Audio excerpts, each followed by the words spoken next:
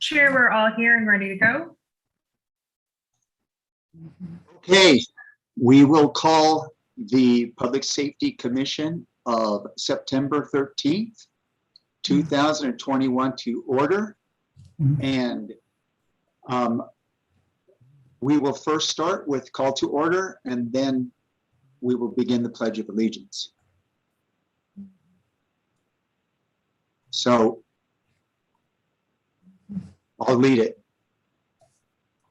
I pledge allegiance to the flag of the United States of America and to the republic for which it stands, one nation under God, indivisible, with liberty and justice for all.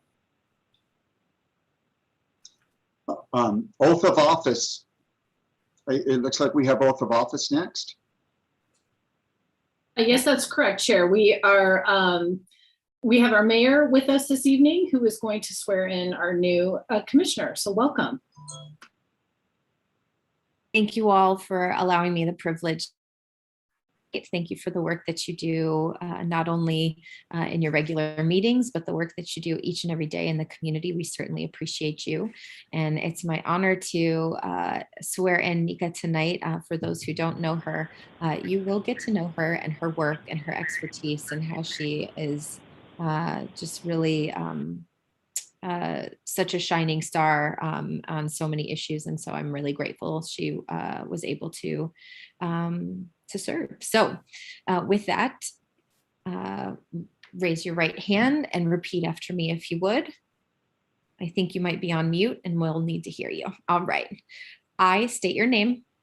I, Nika Soonchong, Do solemnly swear solemnly swear that while serving in the office that while serving in the office as a member of the Public Safety Commission as a member of the Public Safety Commission of the City of West Hollywood, the City of West Hollywood, that I will support and defend that I will support and defend the Constitution of the United States the Constitution of the United States and the Constitution of the State of California, and the Constitution of the State of California, that I will bear true faith and allegiance that I will bear true faith and allegiance to the Constitution of the United States to the Constitution of the United States and the Constitution of the State of California, and the Constitution of the State of California, that I take this obligation freely that I take this obligation freely without any mental reservation without any mental reservation or purpose of evasion, or purpose of evasion, and that I will well and faithfully and that I will well and faithfully discharge the duties discharge the duties upon which I'm about to enter. upon which I'm about to enter. Congratulations. Thank you so much. Thank you, everyone. And with that, I will turn the meeting back over to you, Mr. Chair. Thank you for allowing me the opportunity. Thank you, Mayor, and welcome, Commissioner Soonchong. I hope I'm saying your name correctly. Yes, that's Okay, so we are going to do roll call. Good evening, everyone. Commissioner Balbone. Present. Commissioner Hallman. Todd. You have to unmute. Present, sorry. Thank you. Commissioner Oliver. Present. Commissioner Roman. Present. Commissioner Soonchong. present. Chair Berger. Present. Vice Chair Roche. Present. Okay, approval of any adjournment requests. Commissioner Balbone? So I'd like to propose an adjournment and a moment of silence for the lives lost on September 11th. There were 2,852 civilians, 343 firefighters, including Timothy Stackpole. Timothy was a captain who had worked for 21 years as a veteran on Ladder 103. He was promoted on September 6, 2001. There were 60 police officers, including Ferdinand Fred Marone. He had had a 30-year career with New Jersey State Police, and he was the superintendent of the Port Authority Police on September 11th, and the 8 paramedics that also passed away. Subsequent to September 11th, There were many brave lives who served in Afghanistan. And between the Allied forces, the US contractors, the American servicemen, the Afghan civilians, aid workers, and journalists, 124,785 people lost their lives in that war over the last 20 years. So I just thought it would be fitting if we could take a moment of silence for all those brave heroes who lost their lives on September 11th and subsequently. Yes, I think that's a very good suggestion. Staff, can you give us 1 minute of silence? Yes, Chair. Beginning now, please.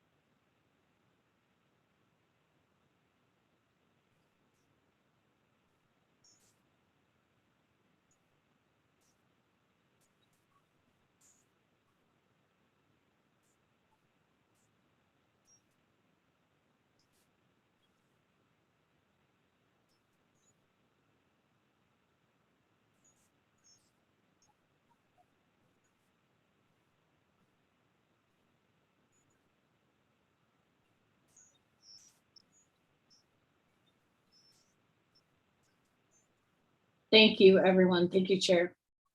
Thank you. Approval of the agenda. So moved.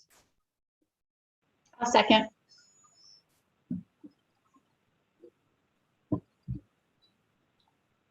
Okay. Staff, don't we have to go through each person? Yes, Just- I will do a roll call vote. So motion by Vice Chair Roche, seconded by Commissioner Balbone. And roll call starting with Commissioner Balbone. Aye. Commissioner Hallman. Aye. Commissioner Oliver. Aye. Commissioner Roman. Aye. Commissioner Soon Cheong. Aye. Vice Chair Roche. Aye. Chair Berger. Aye. Approval of the minutes. Does anybody have any kind of changes they wanted to do to the minutes? Everybody agree with the minutes? Okay, approval of the minutes. So Staff? moved. Second. Okay, roll call, staff. Chair, I heard a motion by Commissioner Balbone, seconded by Commissioner Hallman. Is that correct? Yes. Yeah.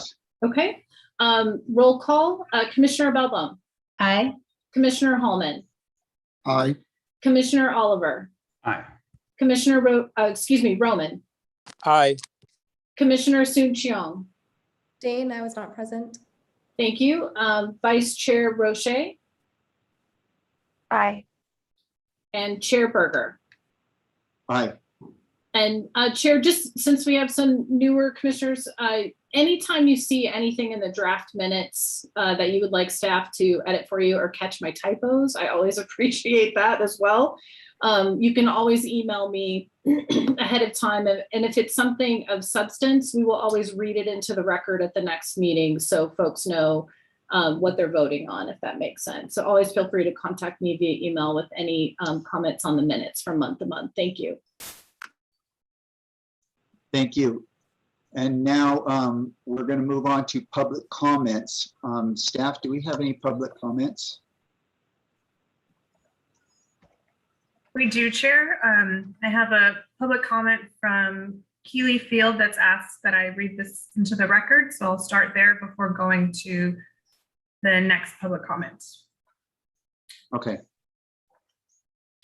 Dear Commissioners, as a member of the Women's Advisory Board and a resident of the city, I care about the safety of women and LGBTQ people in our city and beyond 24/7.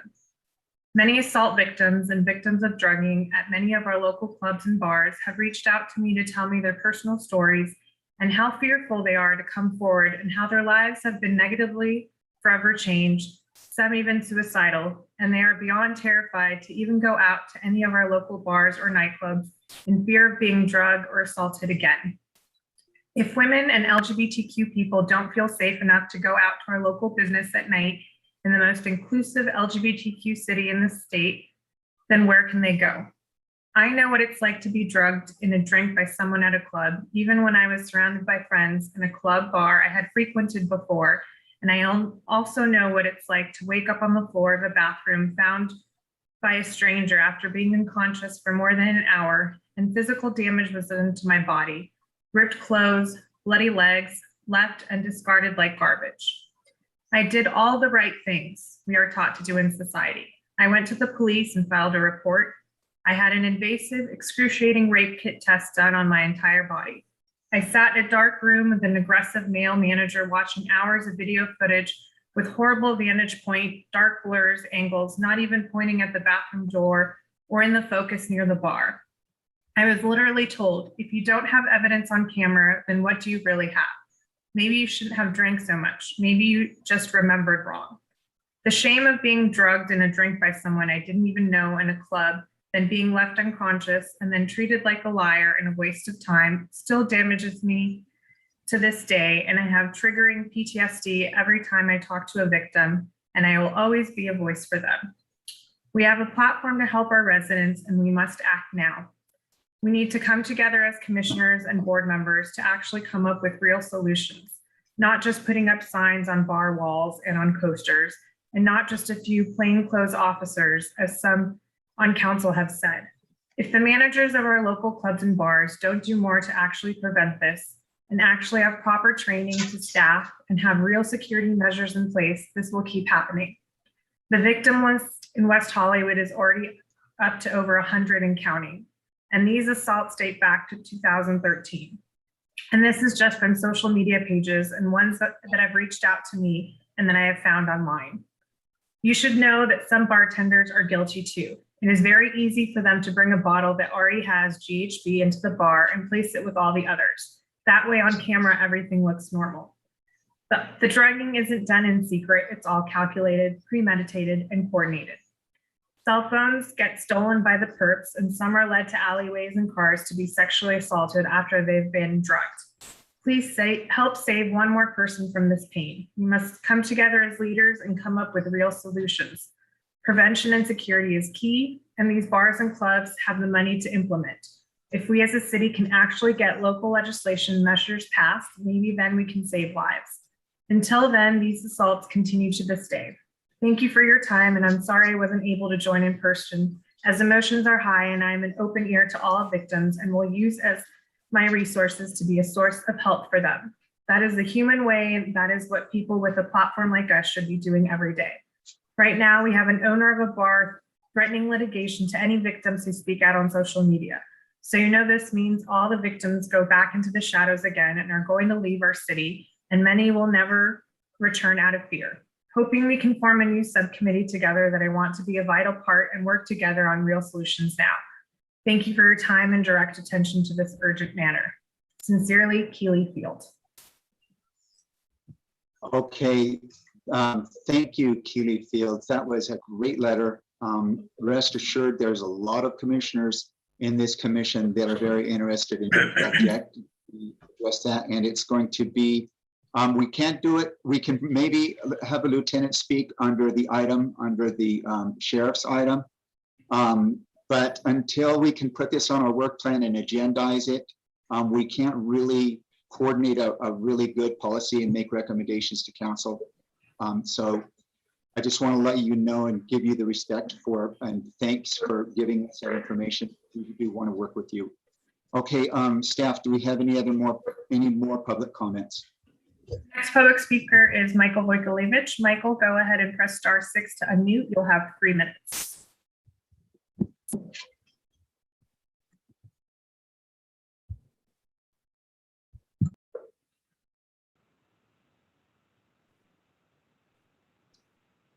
Michael, you'll have 3 minutes. You can press *6 to unmute.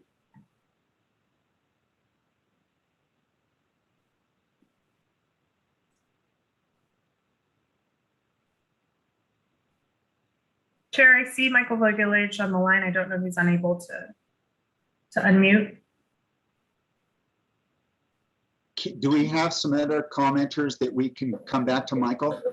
I don't have any more on my list. I do have, it looks like William West Miller has his hand up. So William, if you're ready, you'll have 3 minutes.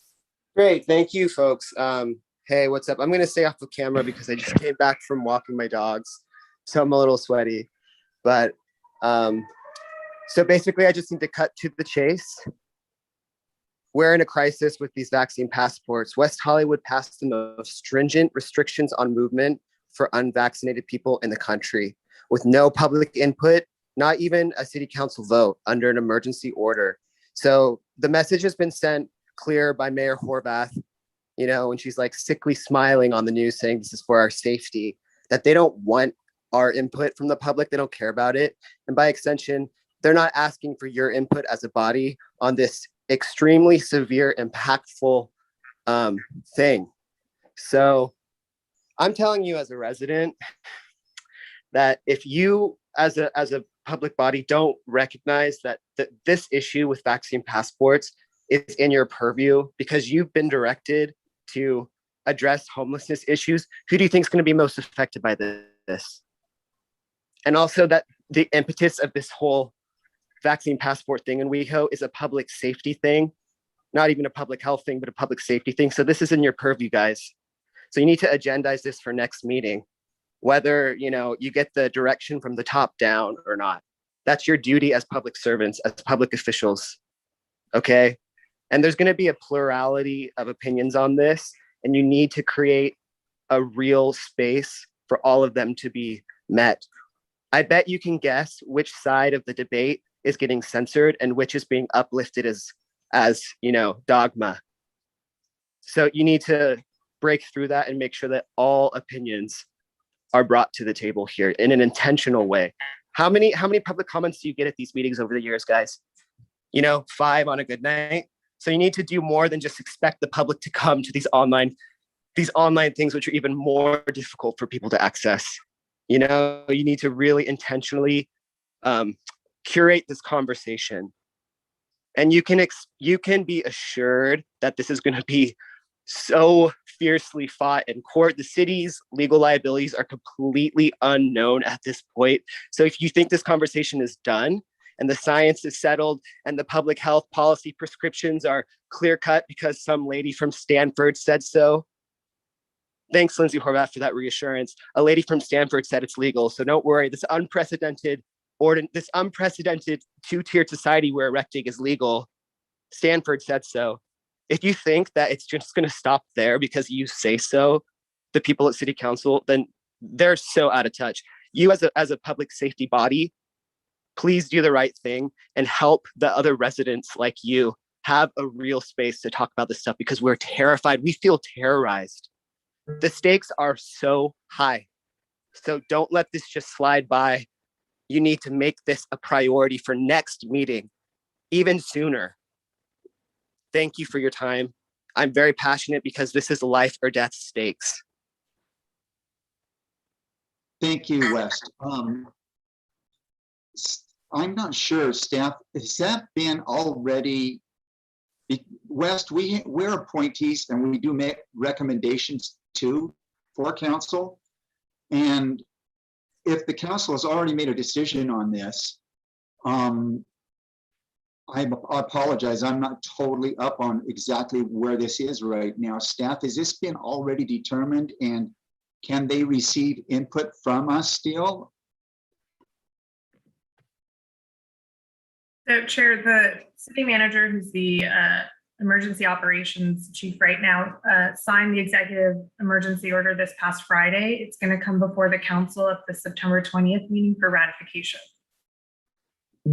Okay, so West, we really appreciate and love to hear from you. You always come and give us your thoughts. And so I believe that there's not much we can do about that today.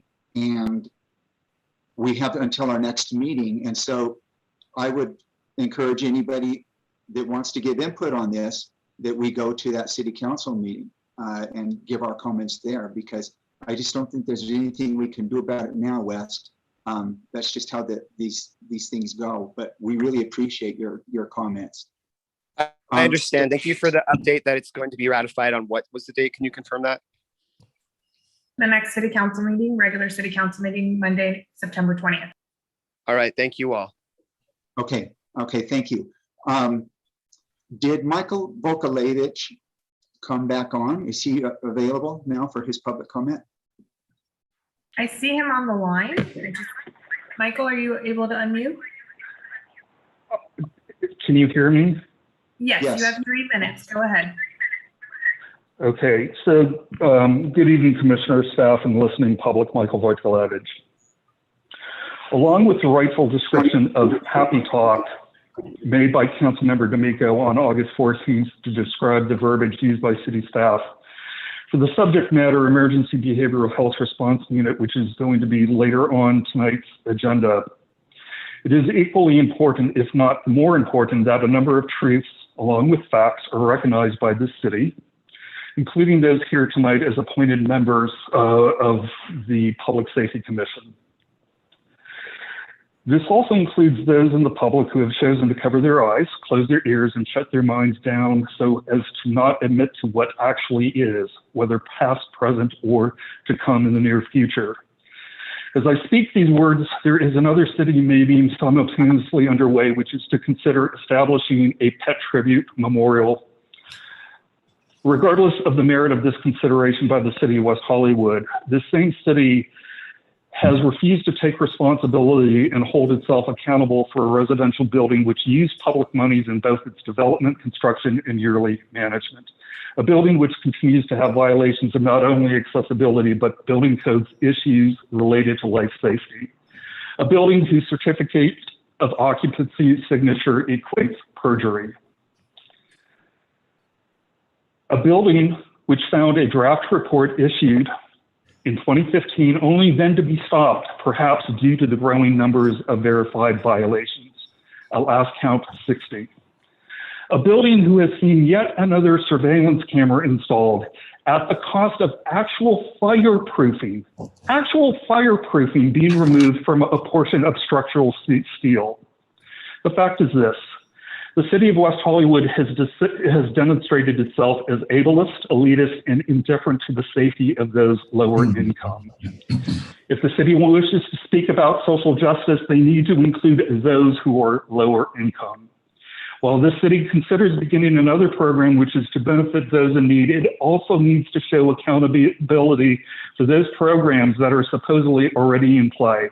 This includes those dubbed as enhanced resident services, which is to serve a nearly 1,000 resident population, which ultimately the city provides funding for, but without proof that the actual residents are being helped. Thank you. Thank you, Michael. And thank you for all of the times that you come on and give us feedback and give us ideas, and very sophisticated ideas. We will probably be working on our work plan in October. That's kind of tentative right now. And this is probably going to be something that's going to need to go into some depth. And staff, if you can send, Michael, if you can send that through staff, some of your notes also, so we can digest it a little bit better. And staff, that letter that was sent by the speaker that you read, can you send that to our commissioners as well? Michael, I know this is an important, very important thing that you're speaking of, and we'll try to see if we can put this on our work plan and look at it, and then maybe there's something that we can do in the meantime as well. So just please contact us through Liaison. I'm Kristen Cook. Staff, do we have any more public comments? I have someone by the name of SoCal Vic with their hand raised. If you'd like to speak during general public comment, go ahead. You have 3 minutes.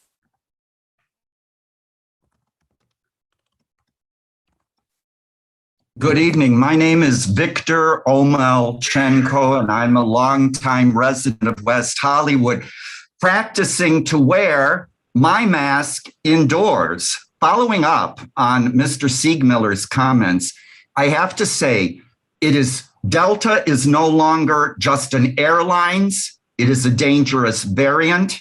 And I am interested in this emergency ordinance that is going to be considered by the city council on September, 21st.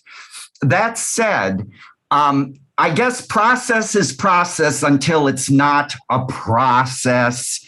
Comments are comments until they're not the comments. Purview is purview until somebody decides it is the purview or isn't. So therefore, if the meeting for the city council on this emergency ordinance is on September 21st, and as our appointed public safety commissioners, you want to make a comment, I think as Chair Berger had mentioned, just be careful that you're not cowed. If you want to step forward, just be sure that the Brown Act won't be used against you like it's used oftentimes to cow discussions in this city. It is important for a lot of different variety of viewpoints to be offered up on this particular emergency ordinance. My personal opinion is whatever we can do to increase public safety, that's very, very important. But I live in the center city. I've been involved in city activities. I'm a prior public facilities commissioner.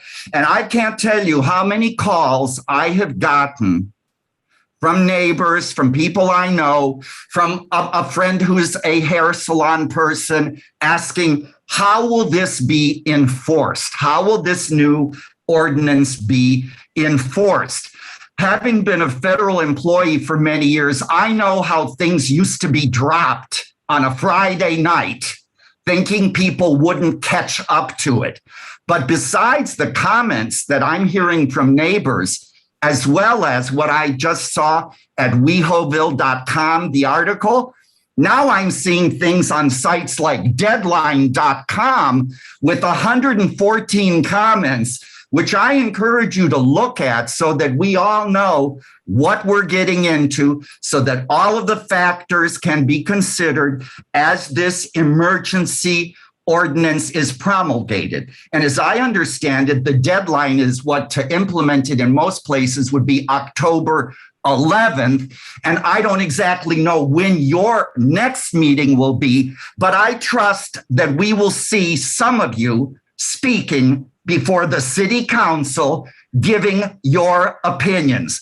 We'd love to see that, and we look forward to hearing more details and what the medical exceptions are going to be and what the religious exceptions are going to be. But in the meantime, stay safe and wear your masks, and I trust that everybody is vaccinated, because I think we all are. If we're involved in city activities, we will have to be vaccinated, I think, by November. Even when you're a board member, a commission member, anybody involved in the city or a city contractor, as well as any community group that will be using our facilities in the future.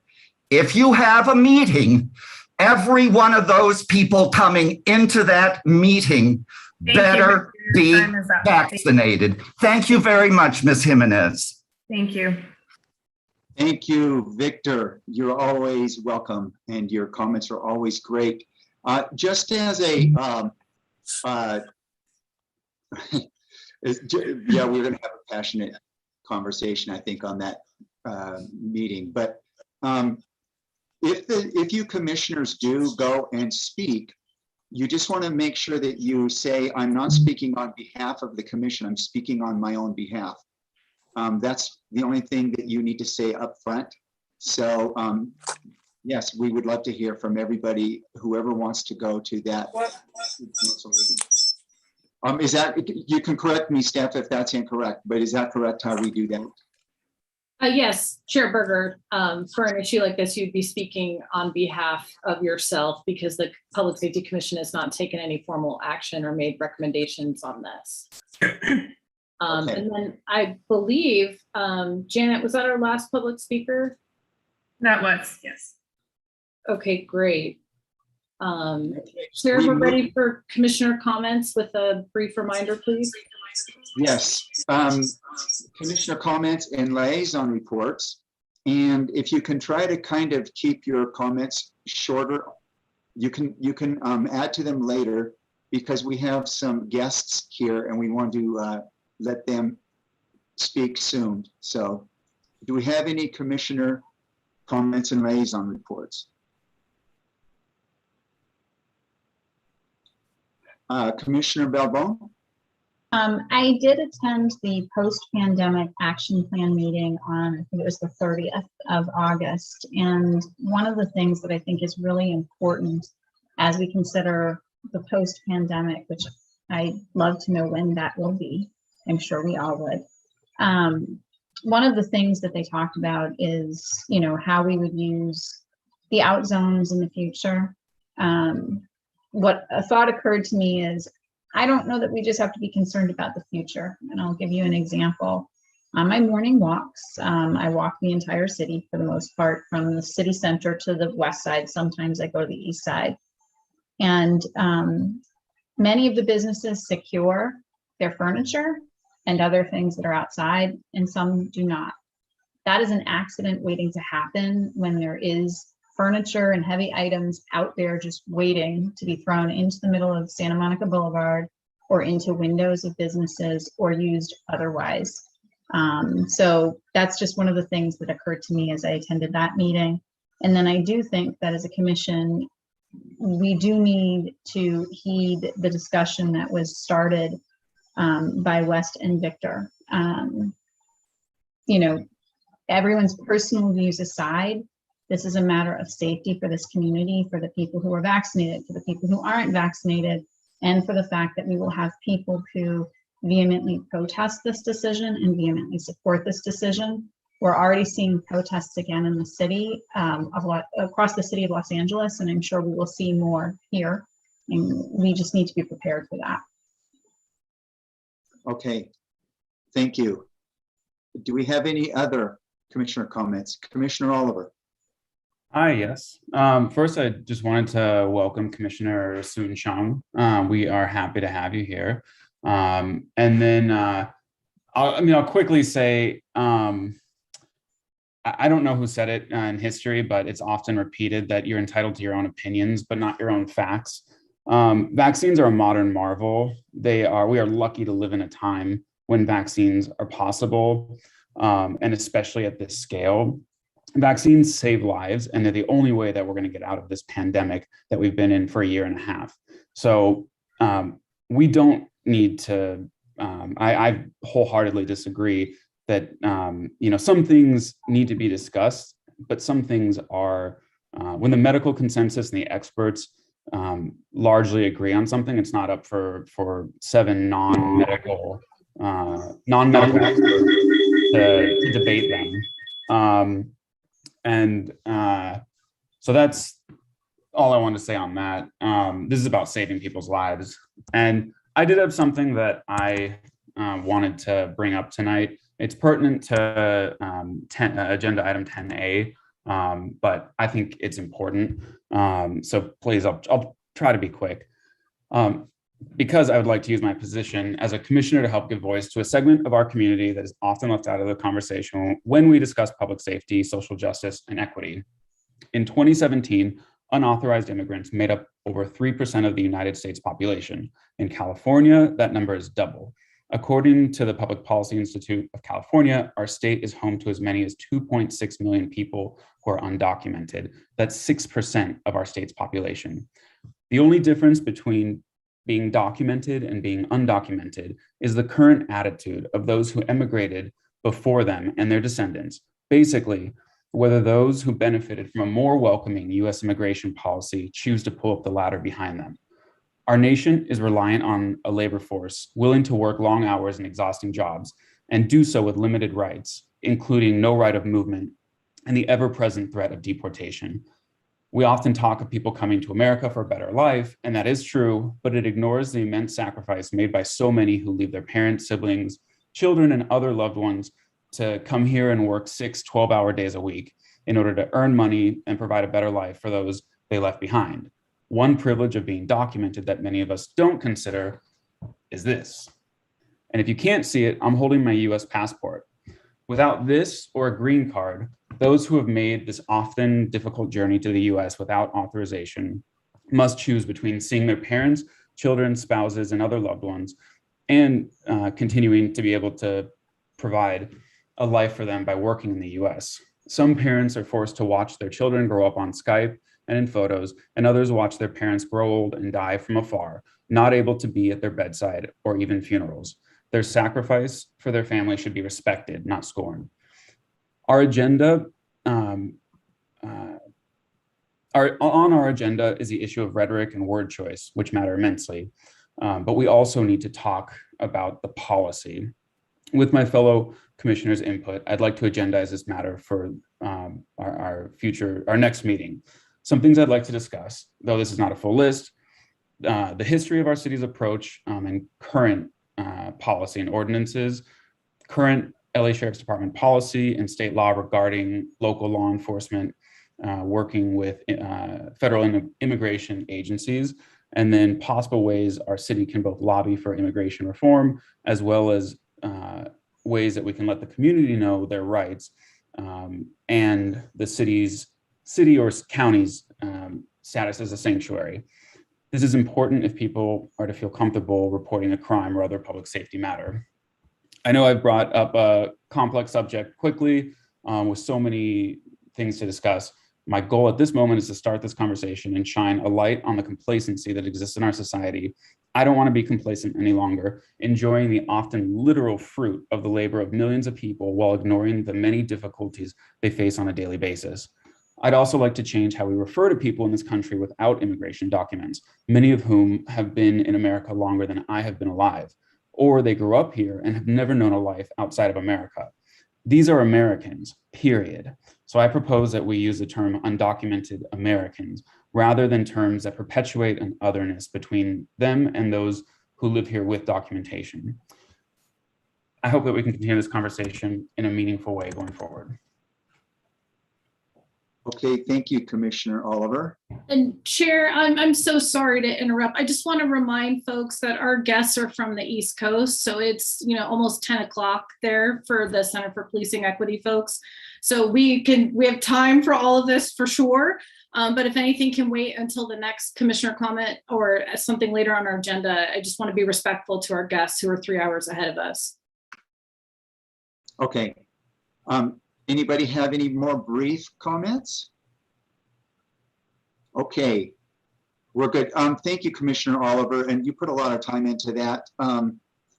We don't want to drop that. We do want to give you the courtesy of looking at that. And so I'm going to guess that if you want to try to come up with a concise motion for an agenda item, maybe when you can speak again later. And can you please try to put it in terms of our purview so you can see what our purview is and how that relates to our purview, and then we can vote on that. Okay, so our next item is going to be Sean Eldridge, Center for Policing Equity. Sean, we have been waiting for you. We've been anxiously anticipating you for so long. It comes up all the time in our meetings. So we really welcome you, Sean. Well, thank you, Chair, and to all the commissioners here. So glad that you all have us. And Commissioner Oliver, attached to in this agenda, Kristen has attached a document that we wrote called Humanizing Language. And within that document, we do recommend that you stop using the term immigrants and we use undocumented instead. So that's kind of right on par of what we are trying to do here at Center for Policing Equity. So applause to you. But my name is Sean Eldridge. They have recently changed our titles. So I am now an implementation specialist with the Center for Policing Equity. Just quick background on me. I am a former Air Force captain. After then, I became a chief of police for the Department of Defense. And then I was supervisory special agent for Homeland Security, working in the Homeland Security investigations. and then a Department of Veteran Affairs Deputy Chief of Police. Also with me, I have my colleague, Janie Schutz, and I'll allow her to introduce herself. Hello, Chair and Commission. I so appreciate you having us. My name is Janie Schutz. I too am an implementation specialist. Again, long title, but important work that we feel we're doing. I am a 32-year veteran law enforcement officer. I retired in January of 2020. A month after retirement, I joined the Center for Policing Equity, so I've been here about a year and a half. I have policed in 3 different states, Wisconsin, North Carolina, and Kristen especially, I feel very bad. I actually am now based in Oregon. So Sean is the one that's taken the brunt of having the different time zone. But the last 11 years I served as a chief, both in North Carolina and in Oregon. And the work that CPE is doing is something that intrigued me enough. And I'm just very pleased to be a part of this tonight. I am secondary to Sean. I'm his backup, so to speak. So again, a pleasure to meet you all. Thank you. And I won't take too much of your time. I just really kind of want to introduce who Center for Policing and Equity is, and what the NJD is, a National Justice Database, and the partnership that we are developing with West Hollywood and the LA County Sheriff Department. So the idea for the Center for Policing and Equity, or CPE as we call it, and the National Justice Database, or the NJD, we're big on acronyms. So if I ever say an acronym and you don't know what it is, just ask me. This idea was sparked by Dr. Phil Goff, who was speaking at a conference back in 2007.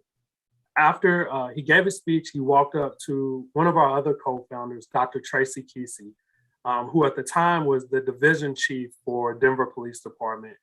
And he asked her, "What do you think?"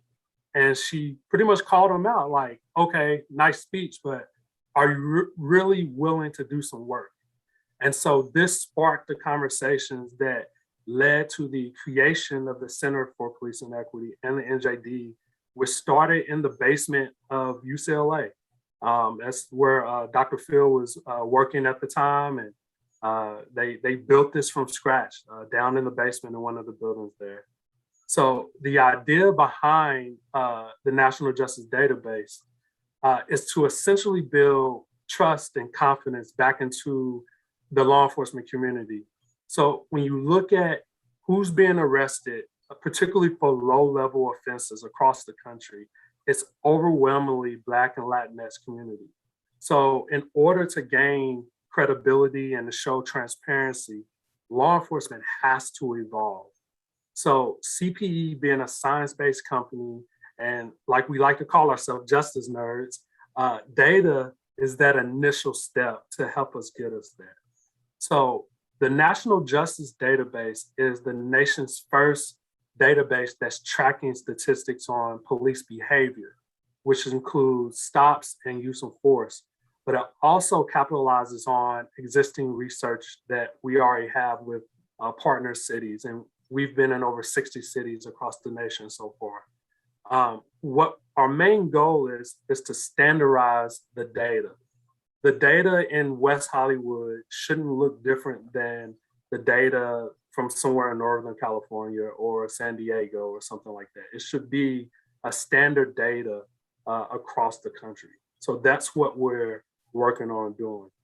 So we're funded by a grant from the National Science Foundation, the TED Audacious Project, Google, and then we have many private donations. So what this means is that we're able to analyze data for police departments around the country at no cost to the agencies. And we use this data to build this database. We conduct and write research, such as the Humanizing Language document. We also have a white supremacy document, and we have many others on our website. But the department will also receive what we call a Justice Navigator analysis, which analyzes some key primary sources of data, such as vehicle stops, pedestrian stops, use of force, calls of service, searches, arrests, and any other locally reported crime data. So providing this no-cost analysis assures to the community that a neutral think tank is analyzing the department's data, the behaviors, and their practices. So with it not being for purchase, it's eliminating that expectation of receiving a specific outcome for a specific cost. Now, we will use academic research, scientific analysis, and economics to assess the police actions and behavior. And what this does is it standardizes and it harmonizes the data. It integrates data on poverty, neighborhood crime rates, and also the demographics to distinguish between disparities inherent to public safety or those that arise due to non-law enforcement factors, such like as homelessness, undocumented people, things like that. But we do want the police departments to focus on what they can control, but we want to start the conversations with the cities of, hey, what can you contribute and what can you control? So this isn't a situation where we're just pointing out what's bad with the police, but what it does, it helps the police reflect on their data and what they can fix. And it lets us pinpoint, hey, this is what we need to go in and fix within our department. So police departments can work on bias. They can work on training, but it can allow the city and the community to reflect on other factors that often police are called to, mental health situations. And we've had some great conversations already with Block by Block, and Kristen and Lieutenant Mulder have had some conversations with not necessarily using the police to go to like a loud noise complaint. You all are doing some great things already that is looking at how your police are being used. So I spoke a little bit about this Justice Navigator that West Hollywood and LA County Sheriffs will receive. So it's a chance to quantify racial disparities in police work. It assesses the rate of local disparities and provides benchmarks for monitoring future department outcomes. So once West Hollywood gets this report, this isn't to compare you to LA, this isn't to compare you to Sacramento or any other city. You're gonna get a baseline report, and then we're gonna come back in a year and we're gonna collect more data, and then we're gonna compare you to you. We're gonna be able to see what have we done right? What has gotten better with the data? So that's what the main goal of this is. We want you to start these conversations and compare you to you. Another great thing we offer is something newer that we didn't always offer. And we have now a community engagement arm. So what this means is that every step of the way that we're with you. We will never just start a report, release it, and just be like, all right, here you go. Good luck with that. We just put out all this data, but it's on you to answer it. Myself and Janie will be coming out once we're at a point that we're ready to release a report. We'll be with you. We'll be at town halls. We'll figure out what the best plan of attack to release this information to your community. We figure out what does success look like within West Hollywood. We want to really learn how to engage in the community. A lot of time in these forums at town halls, it's the exact same people who show up.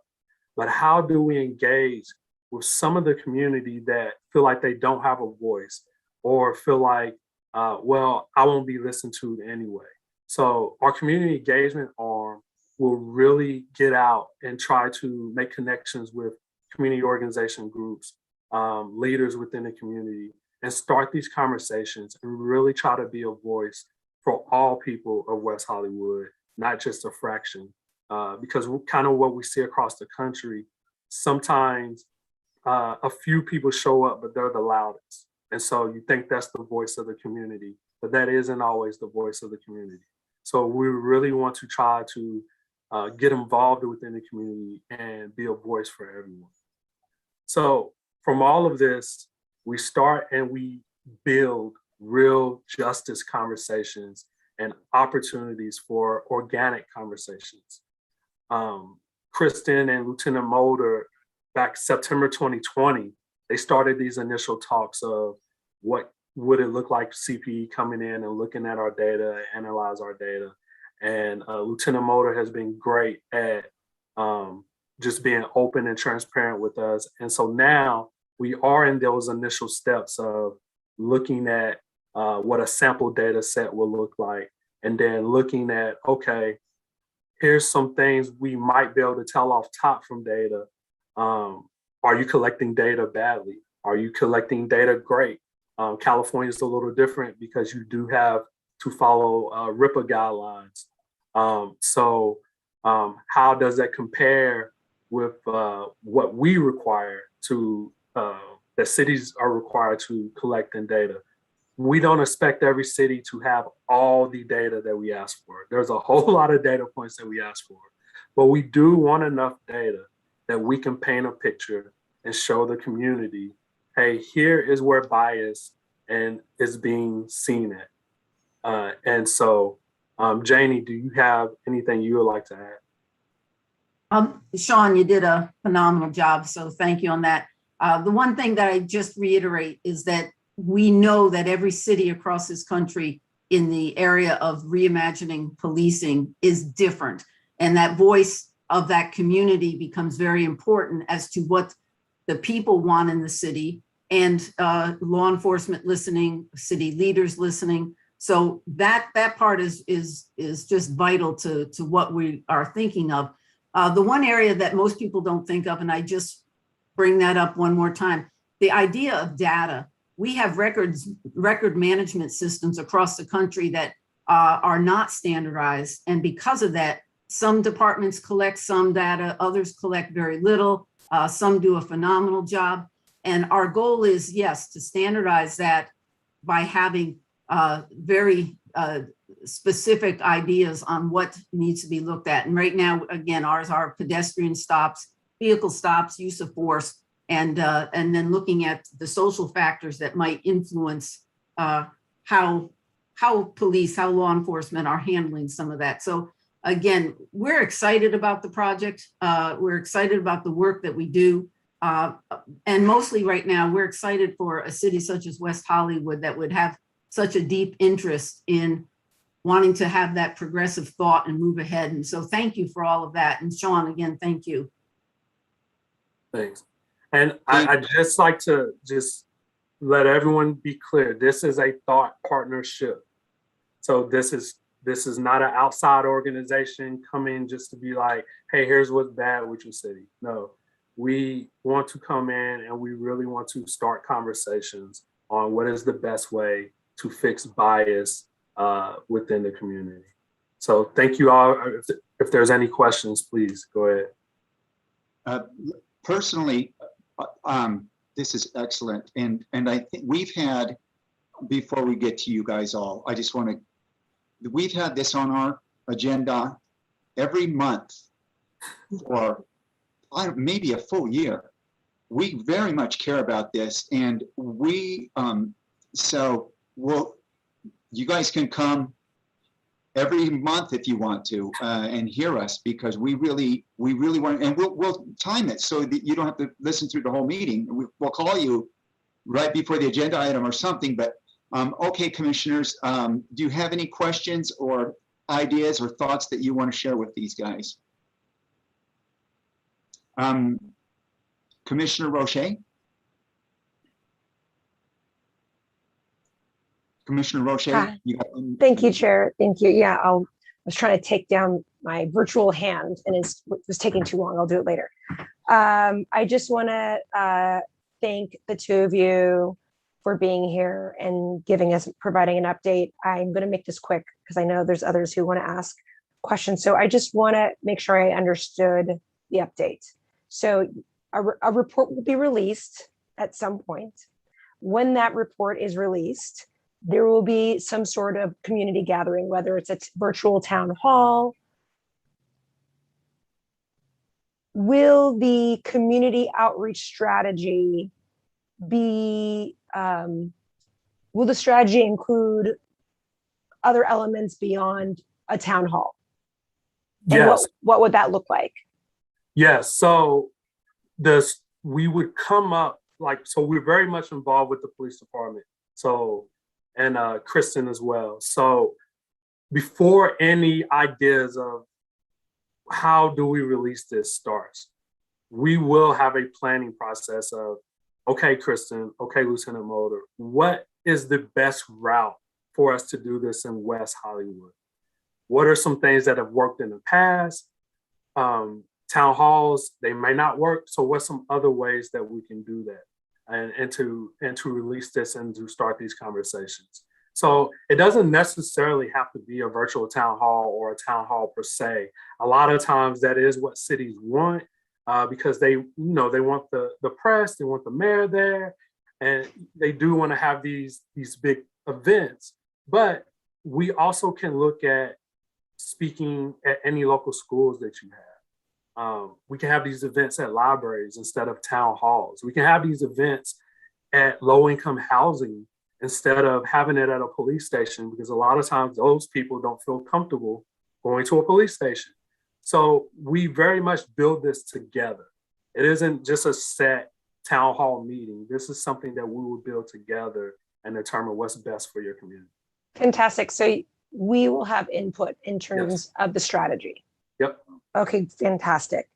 And the other question is, I heard you mention, are you finding that CPE is able to collect enough data despite HIPAA? So it's RIPA. RIPA. Oh, yeah, sorry. In California. It's RIPA. Oh, sorry. Yes. I'm thinking. Do you know medical. the acronym, Janie? What's the exact? All I know. I can't think of it right off. Yeah. It's racial. Lieutenant Mulder, can you share the RIPA acronym for the group? I don't want to guess wrong. Yes, everyone. Hi, this is Bill Mulder with West Hollywood Station. Yeah, RIPA stands for the Racial and Identity Profiling Group. It's really kind of applies to the board that was set up back in 2015. Assembly Bill 953 was signed into law, which created the Racial and Identity Profiling Act. So RIPA is the Racial and Identity Profiling Act, and really kind of applies to the board that was set up. And a variety of people were selected to be on the board. They took the information from AB 953, and their task was to build on that and then create guidelines for AB 953 as the RIPA board. But that's what RIPA stands for, the Racial Identity Profiling Act. And kind of a lot of times that RIPA really kind of applies to the board that created the guidelines that we are functioning under right now. Thank you so much, Lieutenant Mulder. Okay, my last question is CPE. I understand that you're creating a standardized approach across the board, across nationwide amongst all departments. Are you finding that your reports are actually able to influence and get various departments to change how their systems are internally? Are you finding that being impactful? Yes, okay. It's been very impactful. Everything from police departments looking within their policies to big cost things like new RMS systems, which is those are systems that the police departments use to collect data. Some are older, some, you have to, every little tab that you add to it may cost money. So it has helped departments be able to go to their city managers or mayors and say, hey, like, we need a little more to update our RMS system. So it has been very helpful. Okay, thank you, Commissioner Vice Chair Roche. I just see your name on there and I keep forgetting. Okay, Commissioner Balbone. I'm going to lower my hand, but thank you for this report. We have been eagerly awaiting an update. The one thing that I love about our city that I don't want to say makes us unique, because I'm sure there are other cities that operate this way, but we have our residents, our businesses, but we're an entertainment city and we attract a lot of visitors. And one of the things that I think is really important, and that we heard a lot of feedback throughout the last year about considering the people who visit our city and getting their feedback as part of this process. And just curious how you do that. Because again, those people come in, they come out, they visit, they come to our clubs, our bars, our hotels, and I'm wondering how they get taken into consideration as part of this process. So we do use typical regression models that is based in your city's demographics and your city's population. But we also look at other things so we will have like a hotspot map that can show, okay, this is outside of just your normal population. This is a hot zone though. So we know that you have your drive that is gonna have, whether they're going to the comedy club or whether they're coming in for shopping or things like that. We're able to see using some of these hot zone maps and things like that, where things are more jumping, for lack of a better term. And so, we do this with cities similar across the country, whether they have a college football team, and so their population swells 60,000 every Saturday, or big major metropolitan cities that during nighttime, the population may be 800,000, but as people come to work the next day, it swells to over 1 million. So we do take into account with our regression models for some of these, so that it is a report on who's being policed, not just a report on the population of a city. Thank you. Commissioner Sun Xiong. You got to unmute. Yeah, thank you so much for your report and for your presentation. It strikes me that you face a particular challenge of analysis at the level of the city, where obviously the sheriff's department is countywide. And in that challenge, I'm wondering the extent to which you have engaged with CCJCC and ISAB, which is its subcommittee. So we haven't as of yet, but that is something that is great. That is something I can talk with Kristen and Lieutenant Mulder about, and I can reach out and we can engage and start some conversations with them as well. Yeah, that's easy. Absolutely. And just for context, CCJCC is a body of 59 different law enforcement agencies and other agencies at the county level. And they essentially are tasked with integrating data and creating solutions that makes data interoperable across different county departments. And so it seems like quite a parallel task to what you're doing. And then my other question is that, obviously data standardization is only good insofar as the actual source data is accurate and reported well. And I'm wondering how you go about really determining whether or not the data that you receive is of standard to be able to standardize or make analysis, and also how that translates to the actual governance of a sheriff's department, for example, and their practices and their workflow. Yeah, so we start the process with, we just ask for a 30-day sample, because we want to see up front, okay, where is a department's data? How does it look? We already have what we call a data gap analysis, which is a checklist of a lot of different points. And I can send it out to Kristen and she can share it with you all this week. But it is a checklist of a bunch of data points that we're looking for. So for instance, one may be latitude and longitude of a stop, but the other may be the actual address of a stop. So we ask for both, because if you don't have one, you might have the other. And that way we still can see, like, okay, here's where stops are happening, things like that. And so within that initial 30-day sample, we're able already to see, okay, there's either going to be really good data, or there's going to be some things that it's going to come up with missingness. A lot of cities, for instance, pedestrian stops is a huge thing kind of across the country, because a lot of times they're not collecting that data unless they write a ticket specifically, or giving some type of summons or CVN. Well, those numbers aren't accurate unless you're collecting the data for every time you do a pedestrian stop. So if we see that within a department, we can let them know up front, hey, these numbers may not be accurate because of this. So now this is where the conversations start having okay, this may need to be a policy change. Or is this even bigger? Is this something that we need to look at a state level and get, you know, more government officials involved in things like that? So that's kind of a simple way of just saying we take the data that the departments have that they give to us now, and then we use that and help them kind of determine what's the next step. Does that answer your question? Yeah, and Janie, go ahead.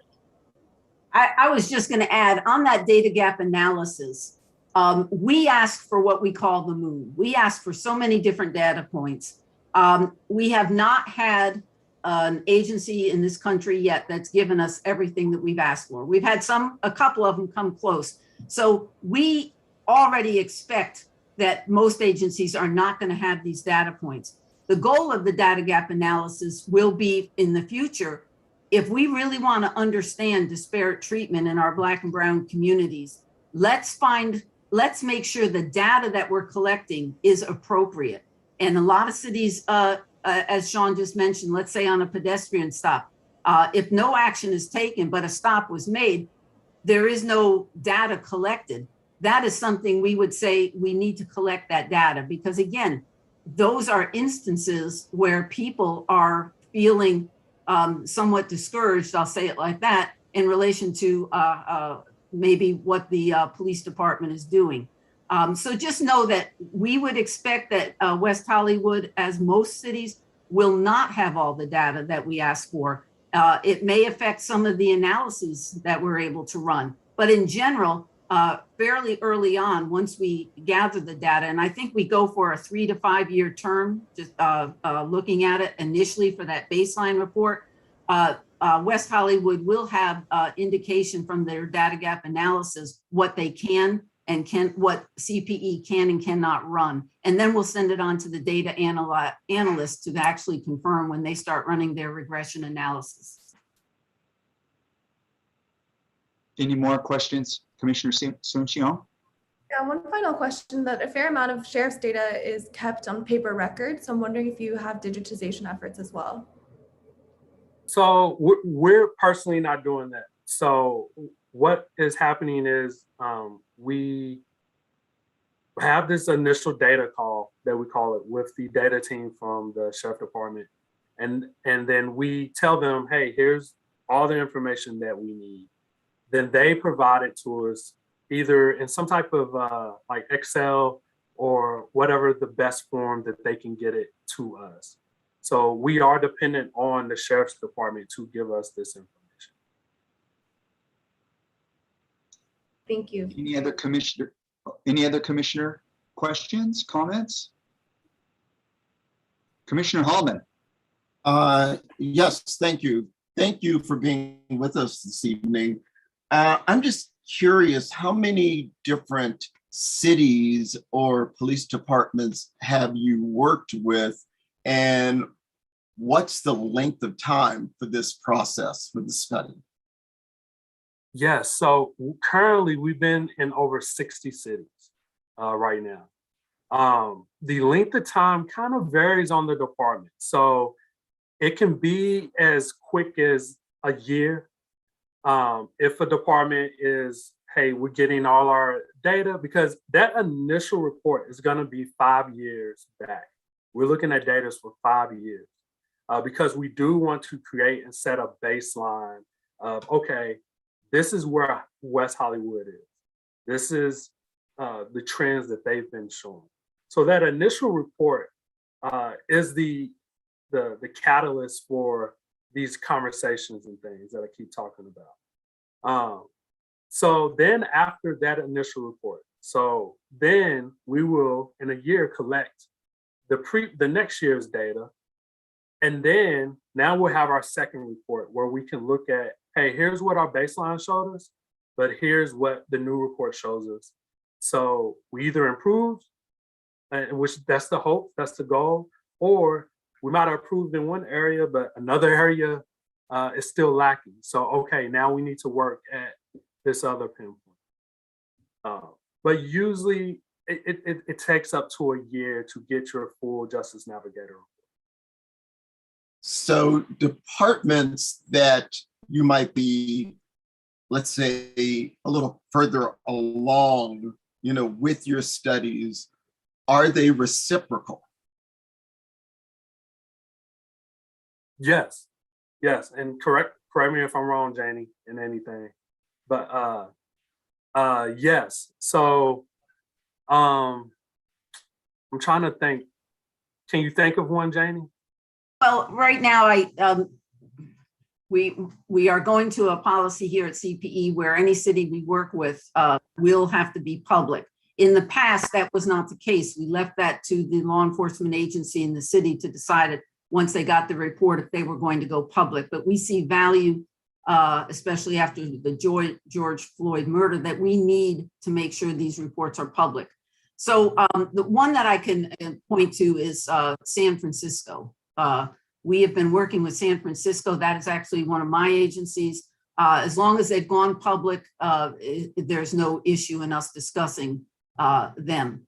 We have been working in Minneapolis. As you know, that city is in dire need of any assistance that we might be able to offer, and they've asked us to work with them. So in general, San Francisco got their baseline report in September of 2020.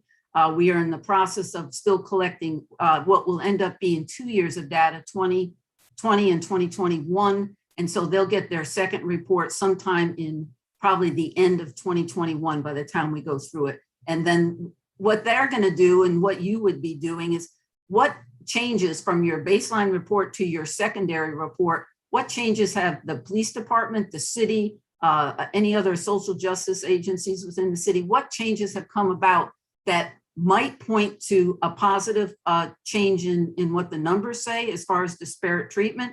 And we really push the data because you may make changes, but without knowing if that data supports that change actually was a positive change, it does us no good. So again, the data and working with agencies to be sure that they're collecting the proper data. RIPA does an amazing job in California in doing this.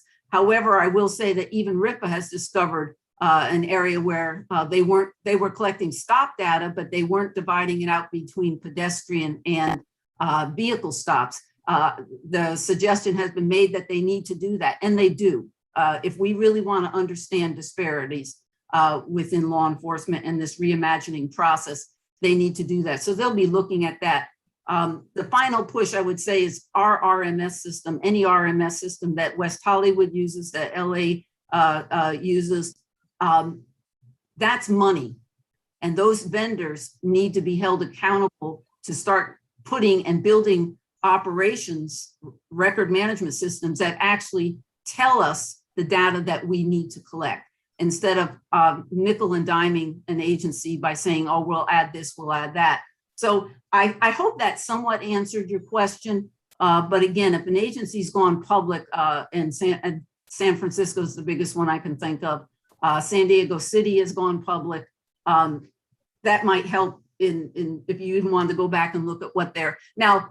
San Diego or San Francisco got an old form. We did paper copies up until just recently. We're now a digital format in our Justice Navigator. So San Francisco's is online, but it is probably a 70-page paper report. And just one last question. In working with West Hollywood, where are we in our process? So we are fresh in the process. So, and to go back to your last question, so how this works is we do operate off of MOU. So we have an MOU with West Hollywood and with the Sheriff Department. That MOU automatically renews every 3 years, but the Sheriff Department can come and say with a written notice, hey, we decided we don't want to do this anymore. Here's our 60-day notice, things like that. So once we get that process done, then we have what we call a data intake assessment, which is just kind of series of questions of the department asks, hey, how is the data? Can you answer these questions for us? And then we have an initial data call as well, where our data scientists talk with the department's data team. And then we prepare for the initial sample, which is that 30-day sample. That's where we are with you all. We are preparing for that initial 30-day sample of data. Thank you. Thank you, Commissioner Hallman. We've had some excellent comments from our commissioners. Any other commissioner comments or questions? I don't see any. Okay, Sean, I have a comment, I guess, question. I'm very interested to see, and I think the rest of our commissioners will be, the data points, like you said. You're going to send us a list. Yes. I have asked our sheriff's department, it was Captain Gannon when he was ahead of the Met teams, for some, I thought was some pretty simple data. And he said, I've been asking for that same stuff and we have a legacy system. So I think if you guys could also let us know what data points that we don't have. I know we contract with the sheriff's department, but we can also ring the bell and say, hey, you know, we need an update on our system, because these are kind of common. I mean, these are data points that we believe that we need. I think that might be helpful to us. And then as we're moving along and learning and working together and building this, it sounds like we're helping to create this together. When you send us information through our liaison, Kristen Cook, as we're information gathering, I'm thinking it's not I mean, each individual commissioner can ask questions and back and forth through the liaison. Maybe, what kind of a thing are you looking for? I'm hoping in between, you know, we do these meetings once a month, you know. We have a very lively, passionate group here that wants to be very involved. And it sounds to me like you guys want to do that too. So is there something that, as we move up forward, is it what you're looking for that we can work with?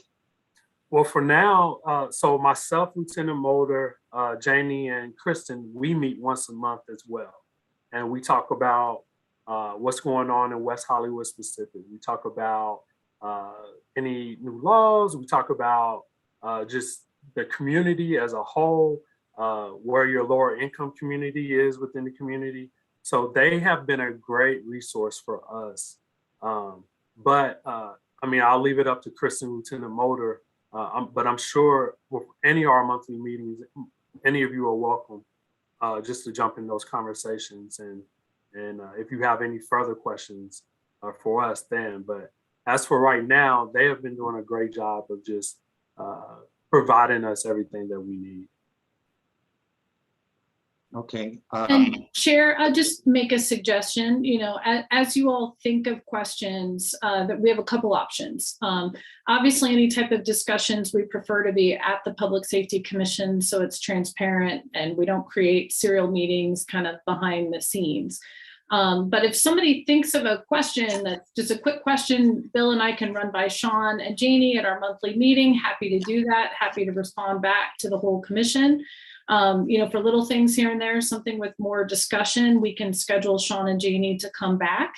And then also, as Sean mentioned, as appropriate, as we get a little farther down the road, you know, possibly we could have either our chair or vice chair pop in some of those monthly meetings. Right now, I will say they're very data handoff heavy. And for myself, who skipped a lot of data analysis classes in grad school, it's a little over my head. April on Sean, yes, on your staff, is a whiz on the CPE side. And so she's been speaking at length with the data folks at the county as well. So it's still kind of nuts and bolts on, you know, transferring things back and forth, but I do see lots of ways that commissioners can participate as we go down the road here. Can I Thank you. add one point, Chair Berger? Yes. And again, I'm sure Sean and Kristen and the law enforcement folks that are listening know this, but I think it's important for the commission to know it, is that any information, anytime you start looking at law enforcement data, your law enforcement department is concerned because again, it's data that they are producing through their actions. Any data that comes to us is de-identified in many very scientific ways that I could not explain. I've gotten a paper on it. I'm sort of like Kristen on that. I can look at it and say, wow. And I think that's important for you as the commission to know if you were to talk to anyone outside of this meeting right now, that they understand that the staff, the law enforcement staff are protected, that no one would be able to identify what officer, what staff member we would be talking about. And I just wanted to clear that up. Yeah, that totally makes sense. We have a really unusual commission here and some really top people. And so I just want to make sure that we utilize everything. Okay, any other, okay, Vice Chair Roche. Thank you, Chair. Just really quickly, I know that Kristen touched on this in one of our previous meetings and I can't find it in my notes. Generally, what is the estimated time of delivery for the report?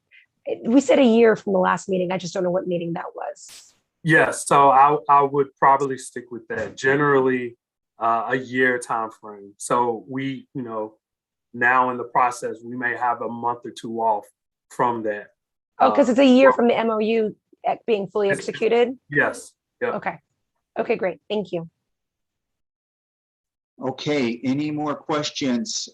Any more commissioner comments, questions? Okay, thank you so much. It sounds so good what you guys are doing. So I think we're gonna all be very excited to work with you. Thank you all. Thanks for having us. Thank you, Sean and Janie. We'll talk to you soon. Really appreciate it. Thank you. Okay, the next item is going to be. I'm very sorry. Janet asked me to let you know, we did have one public speaker on this item before we move to 10B. We have Michael Vojkovic. Yes, actually, out of the interest of time, I'm going to forego my comment. Thank you. Thank you, Michael. Okay, thank you, Michael.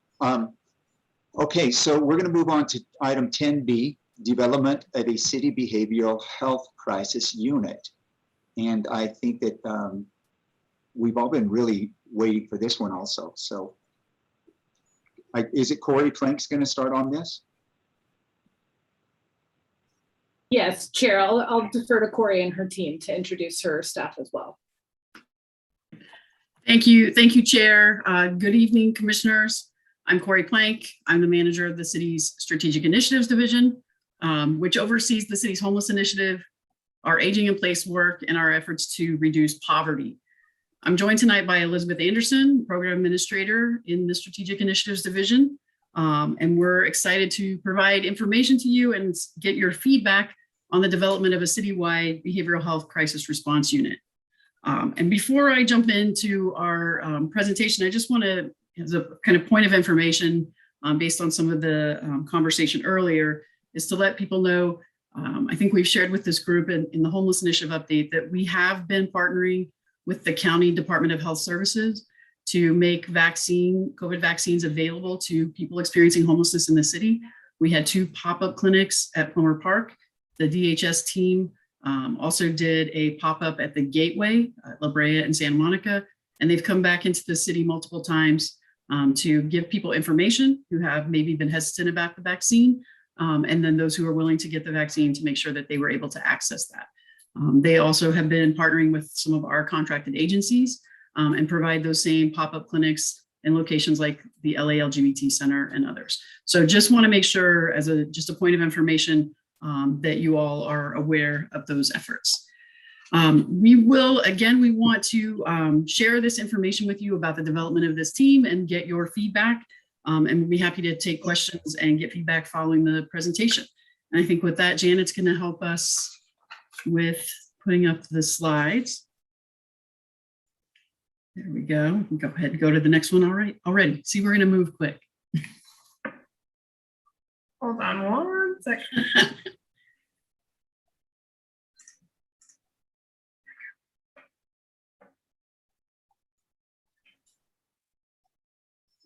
Ready to go whenever you are. Okay, you can go to the next one already.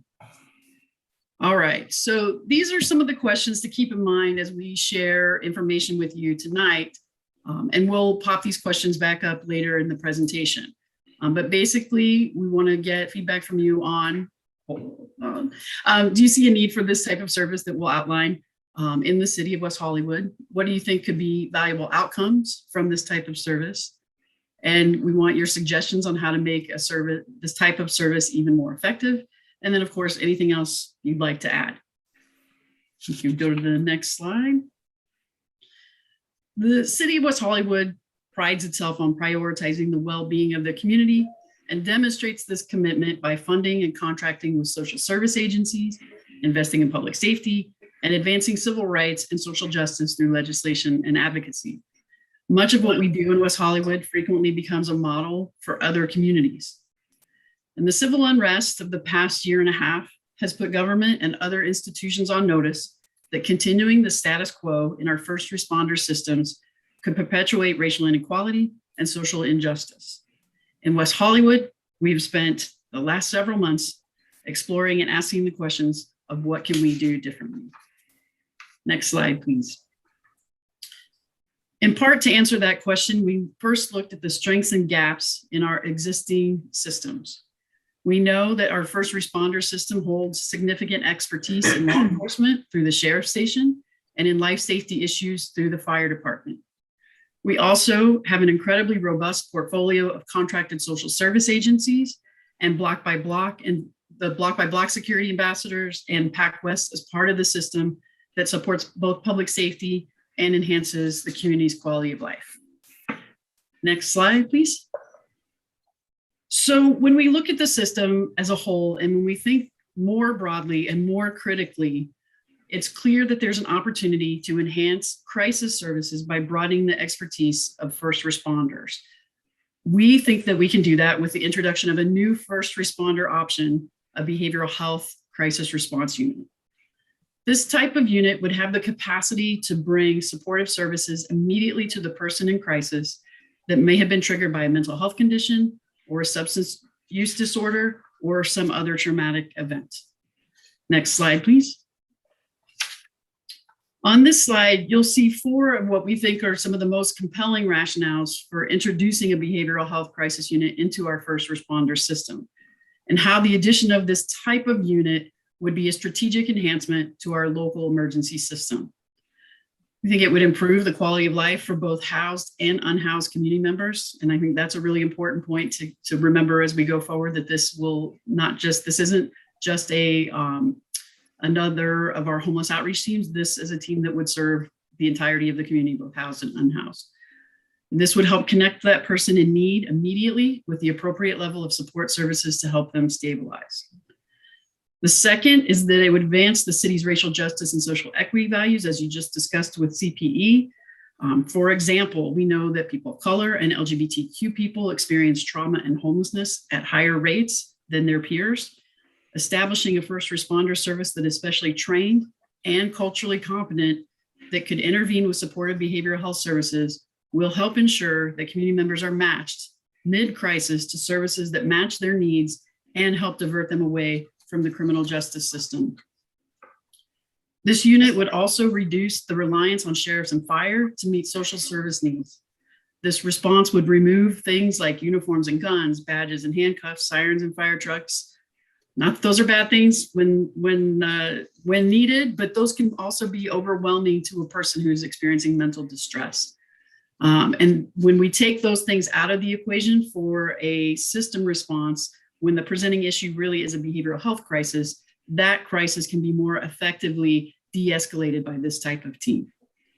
By reducing the demand on law enforcement and fire for social service and mental health related calls, those first responders, fire and sheriffs, will be able to even more effectively address crime and life safety issues in the city. And finally, the addition of a behavioral health first responder unit can also further increase the connectivity between the city's emergency response system and city-funded social services. As the individual crises are stabilized, the behavioral health crisis response team can help people connect to our existing providers for further and ongoing support and provide them with an agency home where they could access healthcare, mental health care, case management, or any other needed services. Next slide, please. So stakeholder engagement, that's part of what we're doing tonight. This is important. It's what has been and will be part of the successful design of a program like this. To date, we've had significant consultation with our homeless services and mental health providers that are contracted to serve the city. We've had multiple conversations with CAHOOTS, and that's the program out of Eugene, Oregon, that's an alternative crisis response model. We've been in consultation with Sacramento-based Steinberg Institute about federal and state legislation that will be connected with these types of programs, and specifically looking at the capacity of the 988 system that will be coming on board to look at potential dispatch options that would take us out of the 911 system and into a 988 that's mental health focused. And you can see here in progress is the roster of our future stakeholder engagement. We're here with you, the Public Safety Commission tonight. We'll be with the Human Services Commission tomorrow night, and the Council Subcommittee on Homelessness later this month, and Social Justice Task Force next month. And we've got a whole lot of other folks that we're going to continue to engage in the process. And we have a survey out to all of the City Advisory Board members as well for their feedback. And with that, I'm going to stop and turn it over to Elizabeth Anderson to talk about the proposed operations of this unit. Great, thank you, Corey. And next slide, please.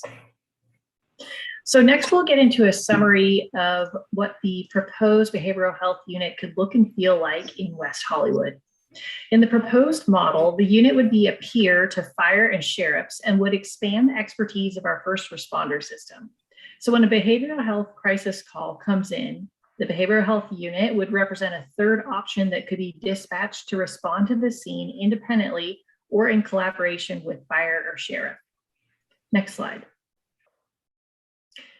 This slide gives you an overview of the nuts and bolts of the unit. And within the scope of services on the left side of the slide, the big ticket items would be the capacity to respond to mental health crises, provide first aid and non-emergency medical care, provide substance use disorder counseling, welfare checks, and potentially transportation to additional social services or health services. The range of these supportive services are important for all communities, both housed and unhoused. And the staffing mix would include multiple roles to cover the scope of services, including a crisis worker, a medic, a licensed clinician, and a case manager. Ideally, the team would be available 24/7, but it may be necessary to grow to that schedule through a phased approach based on call volume and available funding. Next slide. The unit itself would operate out of a wheelchair accessible van with room inside for health and mental health service delivery at the call location. The team would be connected to the emergency dispatch system and would need their own tech setup to run operations out of their mobile van. In terms of community infrastructure that will be critical to the unit, currently West Hollywood's contracted social service agencies provide community-based services on the street, by appointment, and soon will return to the library for drop-in hours. These invaluable nonprofit partners that we already have will continue to provide proactive services and be in a position to coordinate with the behavioral health unit to help community members with ongoing non-emergency supportive services after the crisis. Midterm, the city is looking at creating more accessible meeting space for people to connect with providers in West Hollywood beyond the drop-in hours at the library. And in the future, as we follow the goals of the West Hollywood Homeless Initiative 5-year plan, future homeless service access center and bridge housing facility will be a huge asset and a resource for the behavioral health unit to connect people to on-site services. Next slide. So setting up community and city expectations of the behavioral health unit will definitely shape the success of the program. And here are some of the proposed expectations. The unit would be set up to respond to emergency calls. They would serve all community members, housed and unhoused, visitors and residents. If the crisis calls for it, the behavioral health unit will have the capacity to conduct assessments for psychiatric holds at the scene or loop in other resources if needed. They'll be able to connect the person in crisis to community-based social services funded by the city. And the unit will not be, the unit will be able to respond to people experiencing homelessness, conduct welfare checks, and do other outreach, but the unit will not be in the business of removing people from public spaces. And they'll also not be removing people's personal items. The city will continue to use its existing protocols for managing abandoned belongings. Setting community expectations will be an important part of building trust and establishing the value of this resource as a first responder service in West Hollywood. Next slide. Now, starting a new first responder service is not going to be as easy as flipping a switch, as there's going to be a number of local and regional challenges to making this program happen here. There are complexities to communicating with the county's 911 dispatch system and the developing 988 national and state and local hotline, which may have dispatch capacity as well. There's limited housing and psychiatric resources, and there are city and regional budget constraints that also factor in. What's good is we know that there is increasing national, state, and regional attention on establishing new ways to respond to people in crisis. And with that momentum will come a change in priorities and potentially funding that may help with the local lift of creating this crisis unit in West Hollywood. Next slide. So there are, these are the planned phases to develop the behavioral health unit for West Hollywood, and we'll be reporting back to phase one to City Council on November 15th. There's a lot of work to be done in creating this new program, and city staff across multiple divisions are involved, including social services, community and legislative affairs, public safety, and others. Overall, the introduction of the behavioral health unit in West Hollywood will build on the strengths of our existing system and also answers the question, what can we do differently? This program can advance the city's racial equity and social justice priorities, broaden the expertise of the first responder system, and advance individual and community quality of life. And with that, we'll end the presentation on the next slide to help with the discussion. So as mentioned, we're seeking your feedback to help shape the design of this program to support the West Hollywood community. And please consider these 4 questions as you're thinking about the look and feel of the program in your discussion this evening. Thanks so much.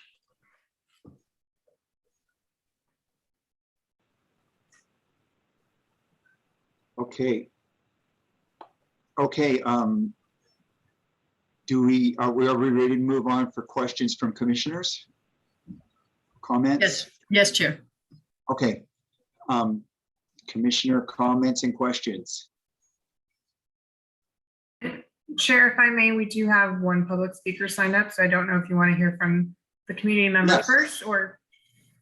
Yeah, let's hear from the community member. Okay. Michael Vojkovic, if you'd like to speak on this item, you'll have 3 minutes. May I start? Go ahead, sir.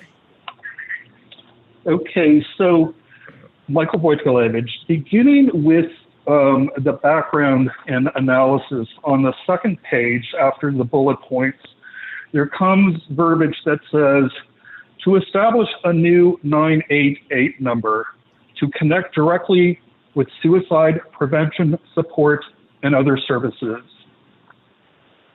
Regarding that, 2 things need to be pointed out. 988 is not really a new number. It has been around for a while, and 988 is absolutely positively a suicide prevention support only. They have no other services. I found myself calling 988 a few weeks ago because of the environment that I found myself needlessly within. Unless you're going to kill yourself, they're not going to help you. And if you are going to kill yourself, then you are going to find yourself committed involuntarily. And you're going to have that blemish on your record for quite some time. Now, this specific agenda item actually was not heard last month at the Subcommittee for Homelessness due to the overly long presentation made by LA County Mental Health, Dr. Shuren. So maybe it's appropriate to start with what Dr. Shuren actually stated.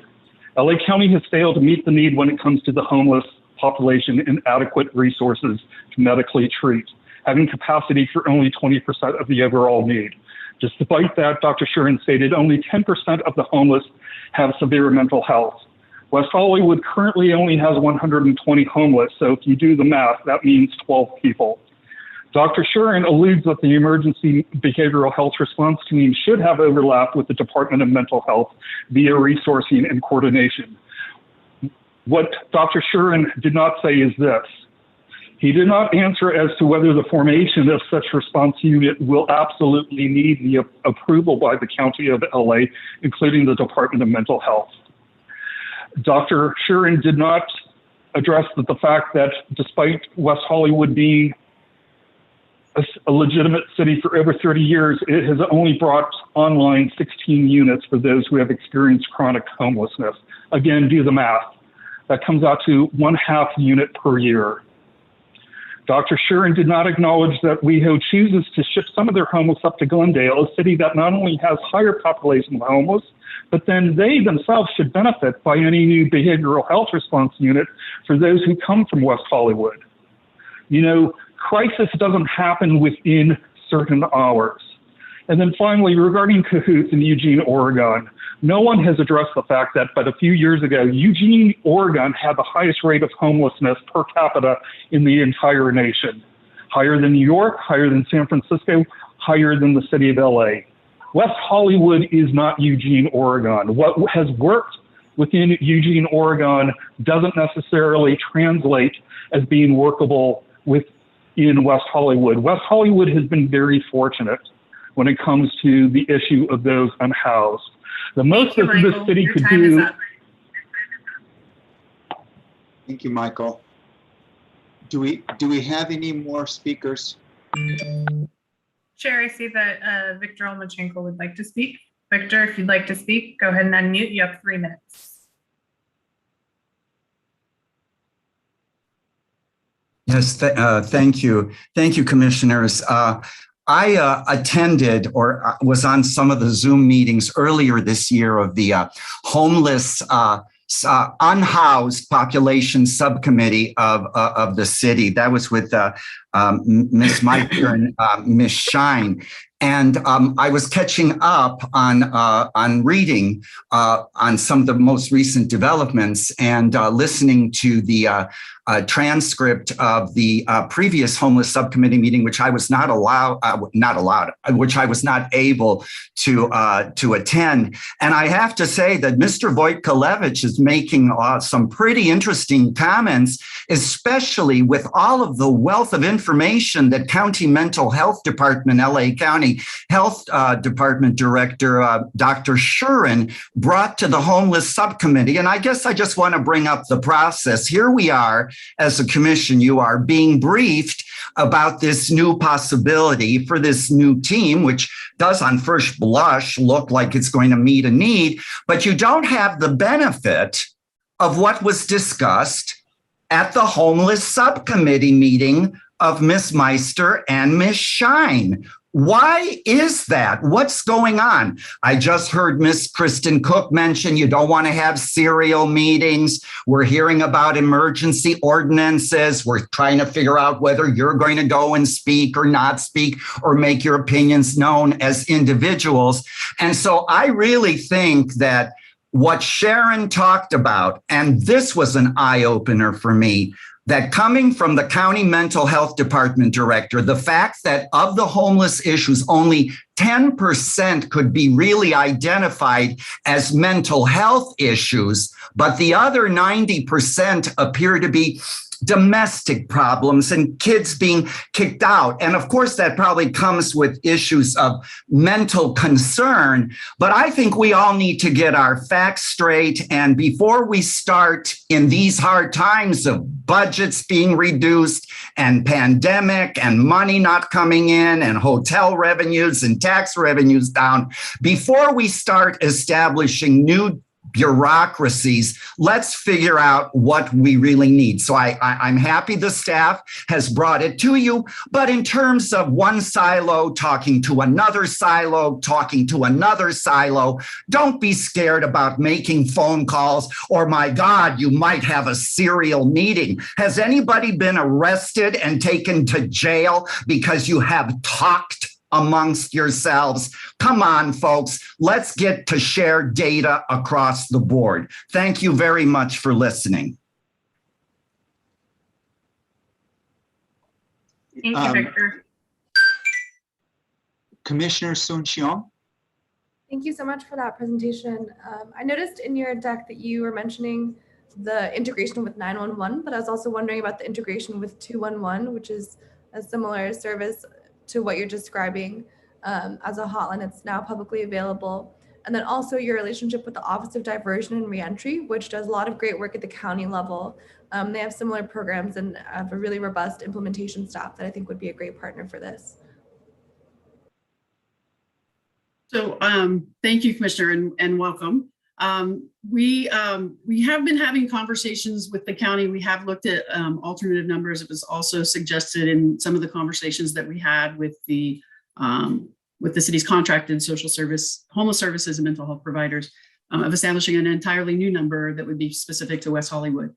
Since 211 is City of LA, some of the resources look different. Sometimes we've looked to 311 for county resources. And there's going to be significant, 988 is not a new number. It has been primarily focused on suicide prevention, but there is planned expansion for that number.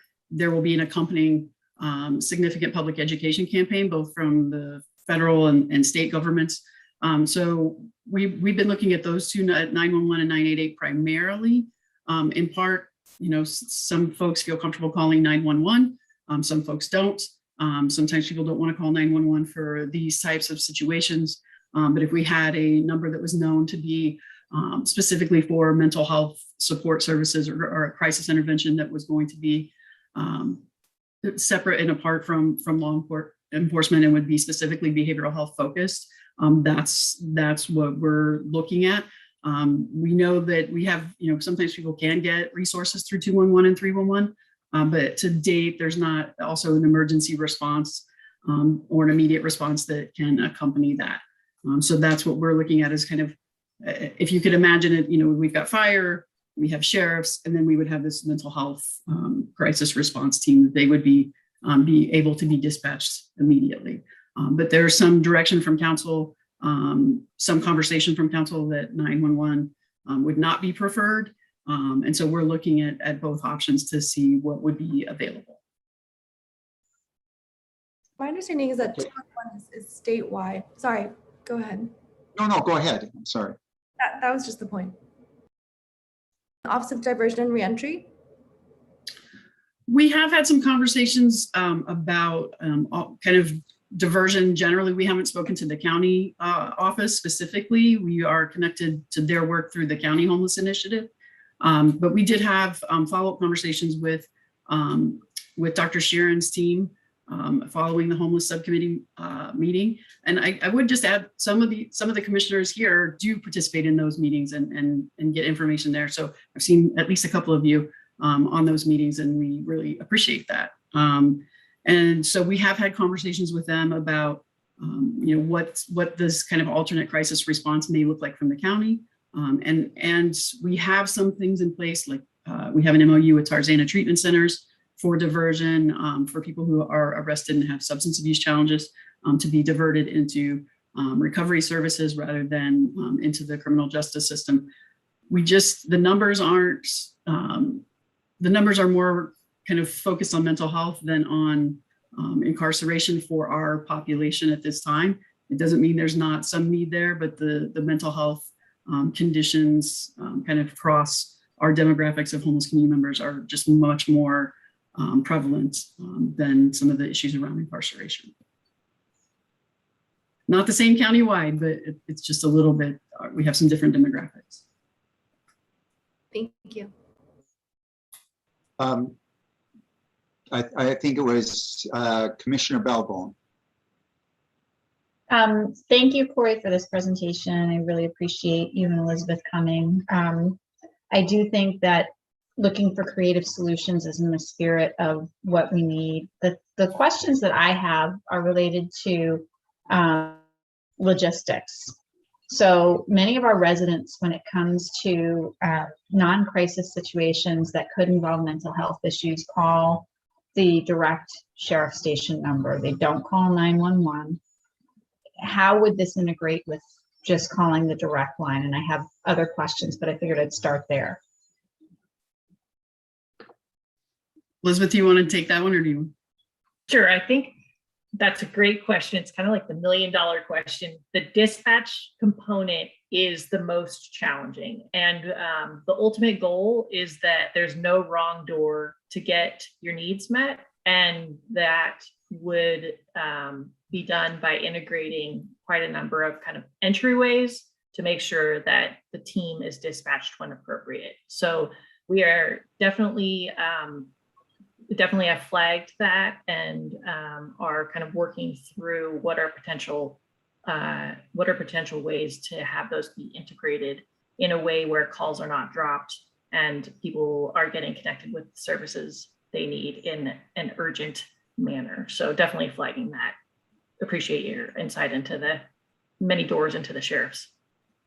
And I think that that's going to be incredibly important, because even today, the coordination between block by block sheriffs and now another entity, it could become complex. The Met team, for example,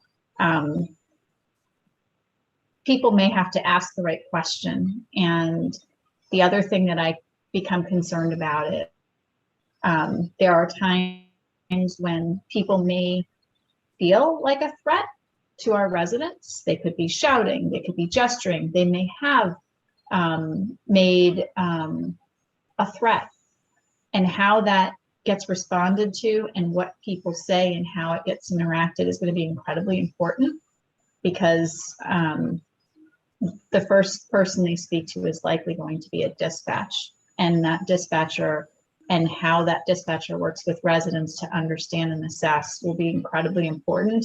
And I would say, however we proceed, we need to think about that perpetually, because that's what we're in, whether this gets approved or not.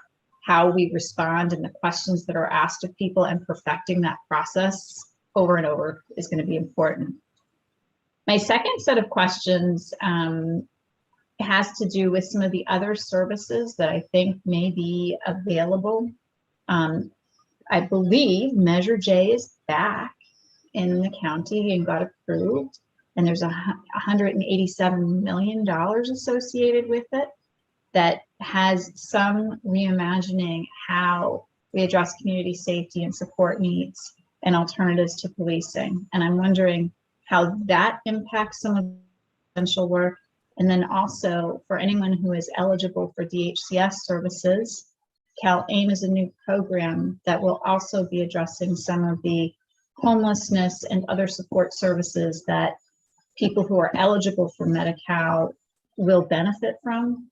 So I'm curious how that's all layering in to this program, and then the support services that wrap around this program to help people beyond their initial crisis situation. Thank you, Commissioner. We're looking at all of those. We're looking at a number of funding options. Part of the conversation we had with EMH was linkage to certain types of services that would cover people who do have Medi-Cal, and what the federal reimbursements might be, and how those might be made available to the city. If we make this kind of investment, we want to see, are there places where we could recoup some of those dollars? And so we're certainly looking at those kind of options. We're looking at Measure H as well. Part of this will serve community members who are experiencing homelessness, though not exclusively or entirely, but we'll also be looking at other state and federal funding options. There is more discussion on lots of levels, including our regional West Side Cities COG. We have a lot of cities that are looking at versions of these type of teams, and we're all in discussions and looking at best practices, potential funding opportunities, and also looking at philanthropic funding. There are a lot of people who want to see some different types of response in that kind of first responder kind of system, and this is one of the things that people are seemingly interested in. And so we'll be looking at as many funding opportunities or options as we can to make sure that we can launch this with, with as much fiscal support as possible. And I think it's also that coordination, right? Because as some of these new programs get stood up, just making sure, there's two things that could happen. Some people may lose funding because it'll be redirected. Other people will gain funding, and how all of that gets navigated so that if we find people and they want help and there's help out there, that there's funding for it and that we're connected to it. And as things change, we just keep refreshing it, because there's going to be a lot of programs over the next couple of years for people to access, as long as it can all get connected. And, the other term we were using, dispatched for people and handled seamlessly.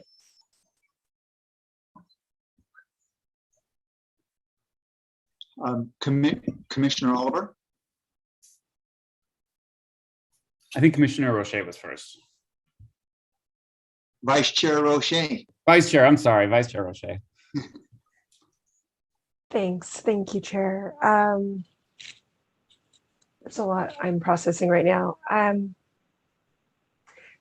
So I forgo my public comments, or not public comments, my commissioner comments, but yes, I do attend the on-house subcommittee meetings, city council subcommittee meetings, and the last one was very enlightening, and I highly recommend my colleagues on this commission to check it out. You can request it from city clerk directly.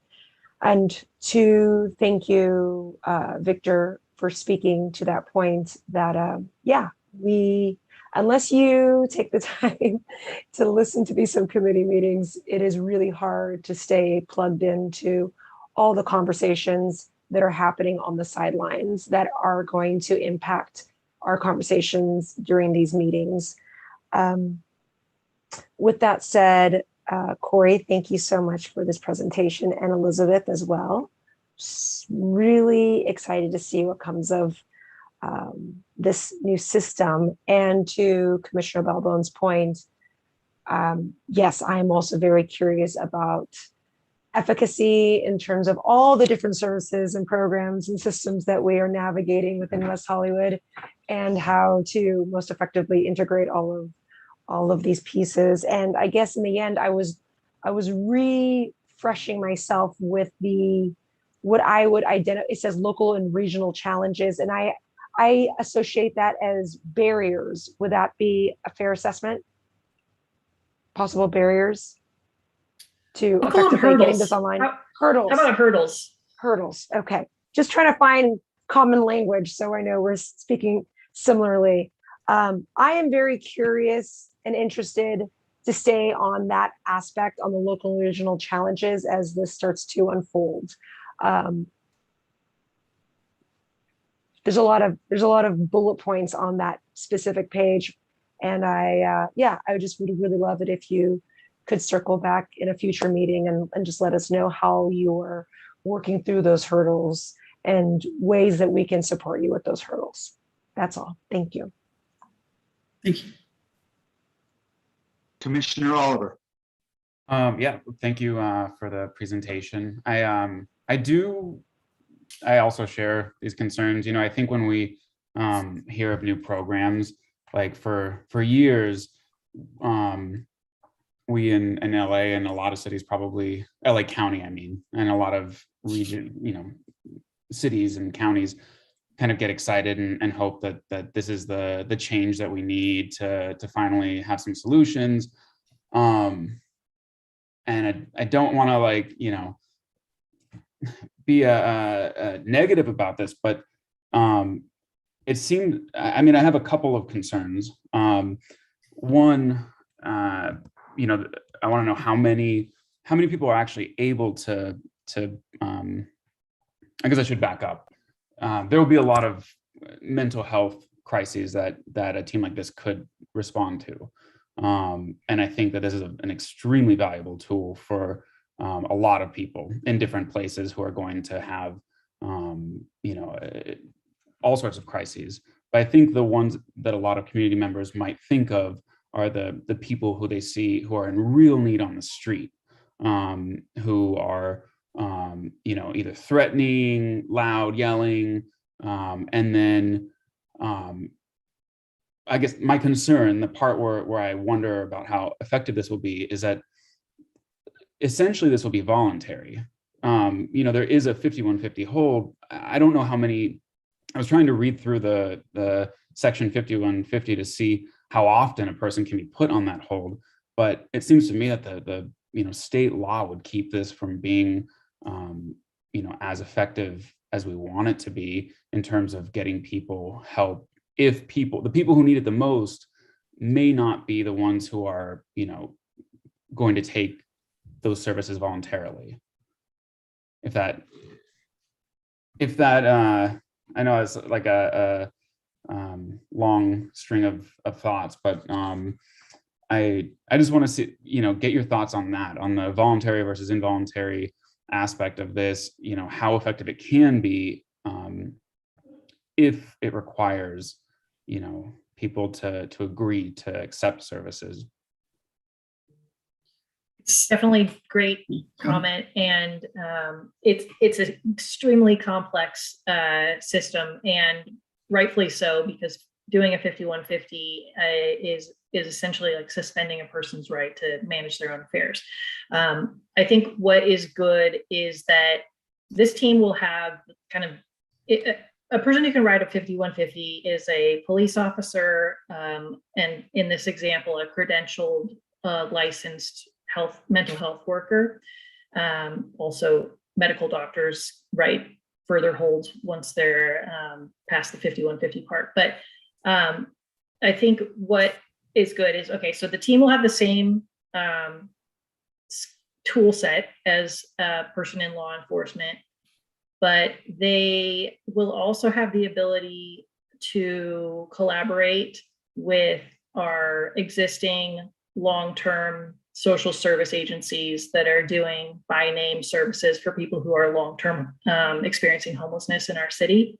So if, for example, the behavioral health unit responded to a call and the person was engaged, they were assessed, it wasn't appropriate for 5150 because they were not gravely disabled or a potential harm to themselves or others, then there will be an engagement, an interaction, and hopefully de-escalation so that they can stabilize and potentially connect with the root cause of what might be displayed in public at that time.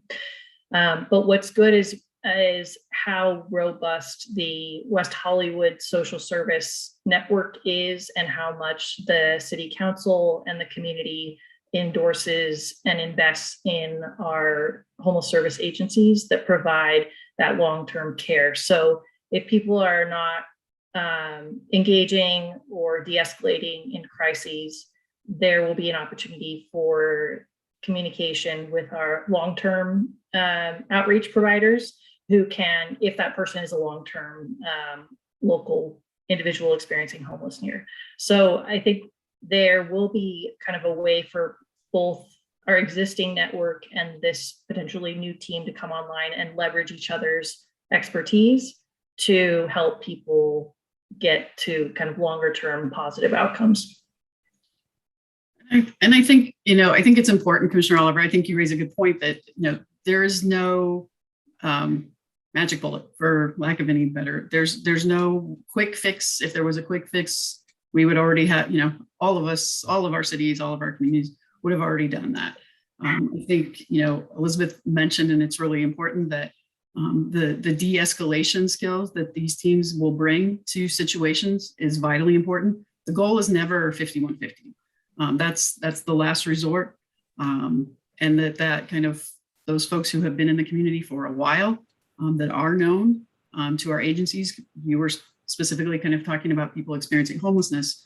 There is, a homeless collaborative where the agencies meet. There's case conferencing that's conducted on a regular basis with the agencies and with city staff, so that people are known, as Elizabeth said, by name in the community. And I think, one of the good things is that the agencies are really,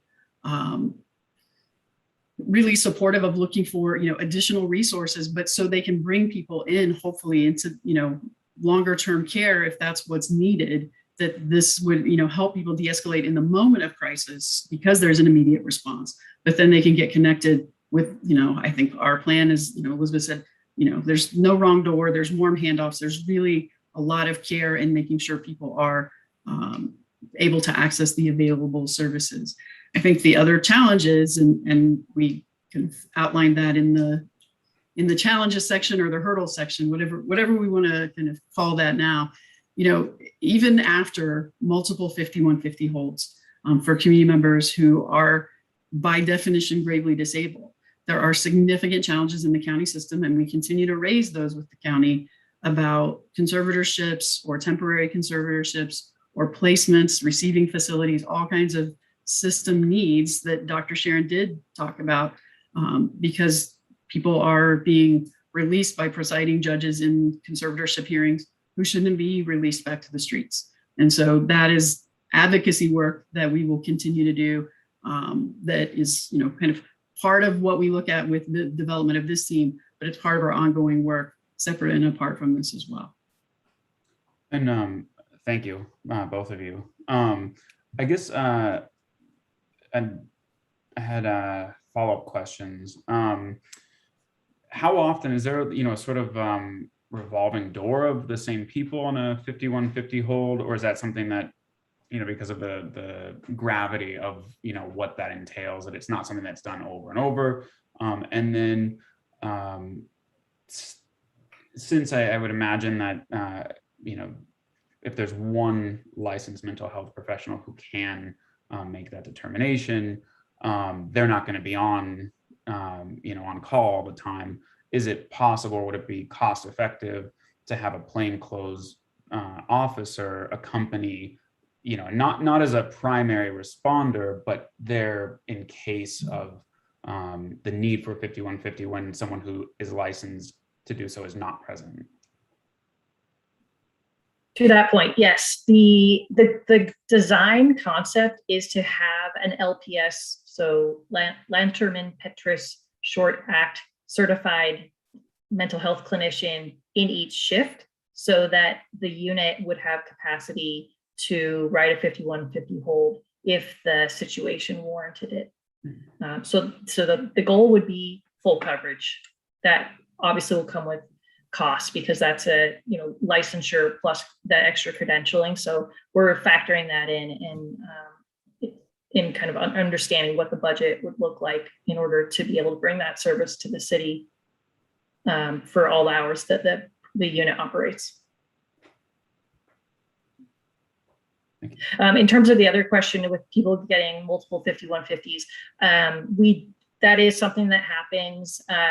There is, situations where a 5150 is written, that allows the person to kind of have to be suspended for 72 hours and evaluated and held against their will to determine if they're able to manage their affairs, if they are gravely disabled, or if they're at risk of harming themselves or others. And that 5150, if once the treating physician determines that they are in fact not at risk, they will be released. So there are situations where people who continue to exhibit major frailty, major concern in terms of their ability to meet their basic living needs, that they, whether that be clothing themselves, how they're looking in terms of like losing weight, gaining major weight, those can be indications of major health issues. Just a couple examples, but when what our agencies are able to do, and with the collaborations that we do have, like with the Met unit and with the sheriff's cops team, we're able to watch and monitor for changes and assess, like, okay, this might be a time and the next 5150 evaluation needs to happen to determine if in fact they need to get to the next level of care within the conservatorship system. So 5150s do happen repeatedly for people who are acutely affected by untreated persistent mental illness. Thank you. You have any more questions, Commissioner Oliver? No, thank you. Okay, Commissioner Hallman. Thank you, Chair Berger, and Corey and Elizabeth. Thank you for the presentation. I may have missed it, but is this potential new program going to replace MET, or will it work in tandem with our MET team? Thank you, Commissioner. The goal would be that this team works in tandem with the existing MET team and also with the contracted social service agencies. All of the ones that would be applicable. So those that serve our homeless community members, those that serve older adults, those that have mental health resources and services available through their agencies, including psychiatric services. This team will work in tandem with all of those teams. Right. So then how would the decision be made which team is the responding team if we have MET and this new team? So our initial research into the different ways these models have been set up in other communities, and most recently, a good example is down in Denver called their STAR program, where they have co-response teams, which is the MET team, where you have mental health riding with law enforcement. They are able to, it ends up not being a duplication of services because the role of the clinician in the police vehicle is a good response when there is determined to be a risk of injury, whether that be because of the person being violent towards themselves or others. So if a call came into 911, and this gets back to Commissioner Balbone's comment, it will be imperative that dispatch is highly trained at assessing if this is an acute situation that would be appropriate for the behavioral health unit to respond to, or if there's indicators of a risk of harm, of violence, then that will be an appropriate call into a sheriff's response and then a co-response with the MET team, because that way we have mental health and law enforcement together, and they have a different set of resources and capacities to respond and de-escalate when there might be a need for a use of force in order to contain kind of the physicality of the situation. Thank you. And I'll just add, as you can hear from the questions that you're raising and some of the challenges that we outlined, dispatch will be a key element of this program. No matter which number we use, the kind of level of training and the level of education for the dispatchers will be significant.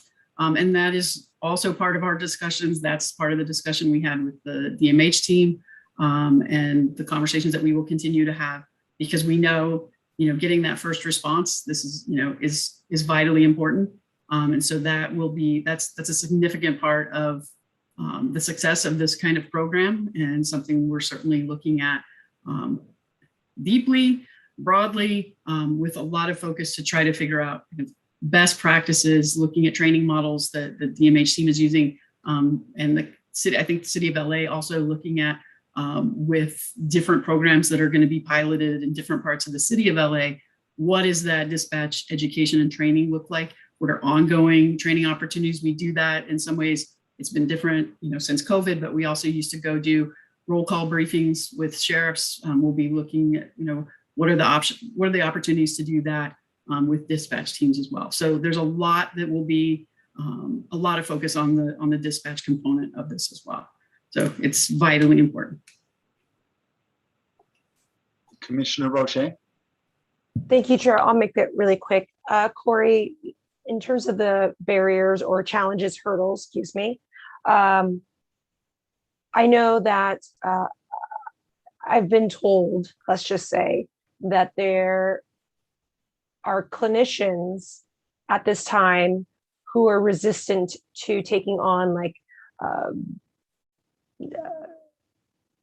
graveyard shifts with MET team, et cetera. I don't know if that is correct or not, but as we move into this model or system of there being 24/7 assistance and support, I just want to continue to hold space for that particular component, being that we are going to be really leaning on these licensed professionals to show up at midnight or 2 a.m, etc. And I don't know if there's a surplus or not. It doesn't, I'm getting the sense that there isn't. And I would like to have more of a conversation around what that is, why there's resistance, are they not, etc., and how we can navigate that as well. Thank you.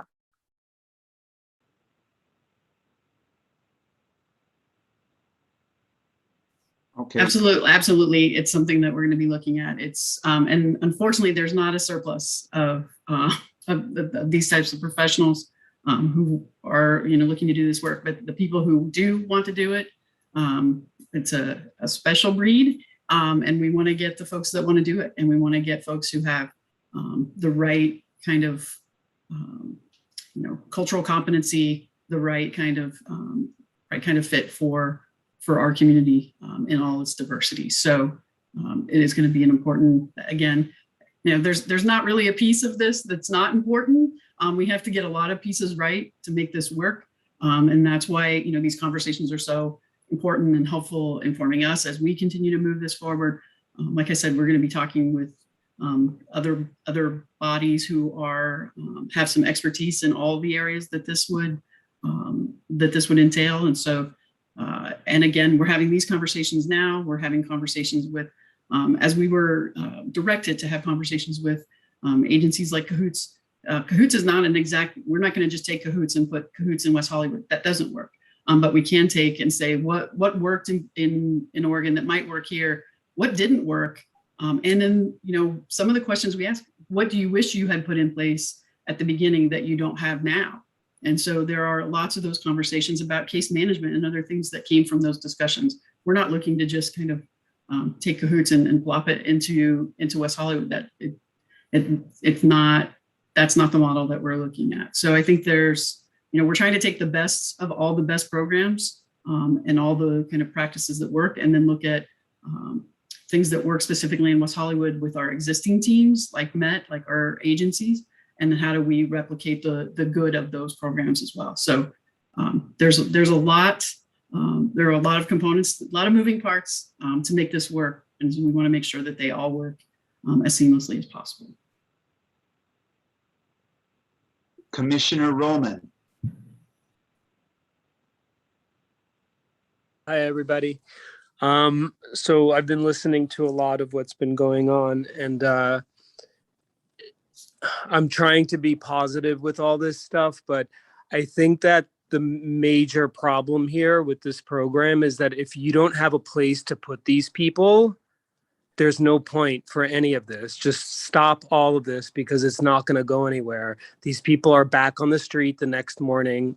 I can give you 50 examples of this happening directly to me and to my businesses here in West Hollywood. So if you don't have a place to put these people, stop all of this. It's a big waste of time. We need to build places to put these people. I don't know who shut them down or what happened, but we need to build these places. And if we don't have them, all of this is completely pointless. And that should be the focus, is opening up kibbutzes, opening up mental health facilities, opening up places for these people to go that don't want to be a part of our society. And once we have that, then we can do sweeps, then we can introduce all these different programs and get them off the streets and get them to where they need to be. But without having these places, there's no point. And you can speak to any one of the West Hollywood police officers, they'll all tell you the same thing. Danny, we take them in, they're out the next morning. Danny, prop this, prop that. Your governor passed this and that. There's nothing that we can do. We're more frustrated than you. So unless we change those props, unless we build places for these people to go, it's just a big waste of time and money. And when you're talking about dispatchers, the 911 dispatchers in West Hollywood don't even know who Block by Block is. They have no idea what that program is. They have no idea who they are. So now you're asking them on top of that to now get to know this other program and to be able to dispatch calls from here. Oh, this is a criminal. Oh, this is a mental health person. Oh, it's just impossible. I've been living here for 20 years. I own 2 businesses here. It's never, ever, ever going to work. So I'm sorry to be negative on all this stuff. I do want to see some change, but I really do believe until we build these facilities and these places to put these people, there's no point to any of this. Thank you. Do you want to respond to that, Corey or Elizabeth?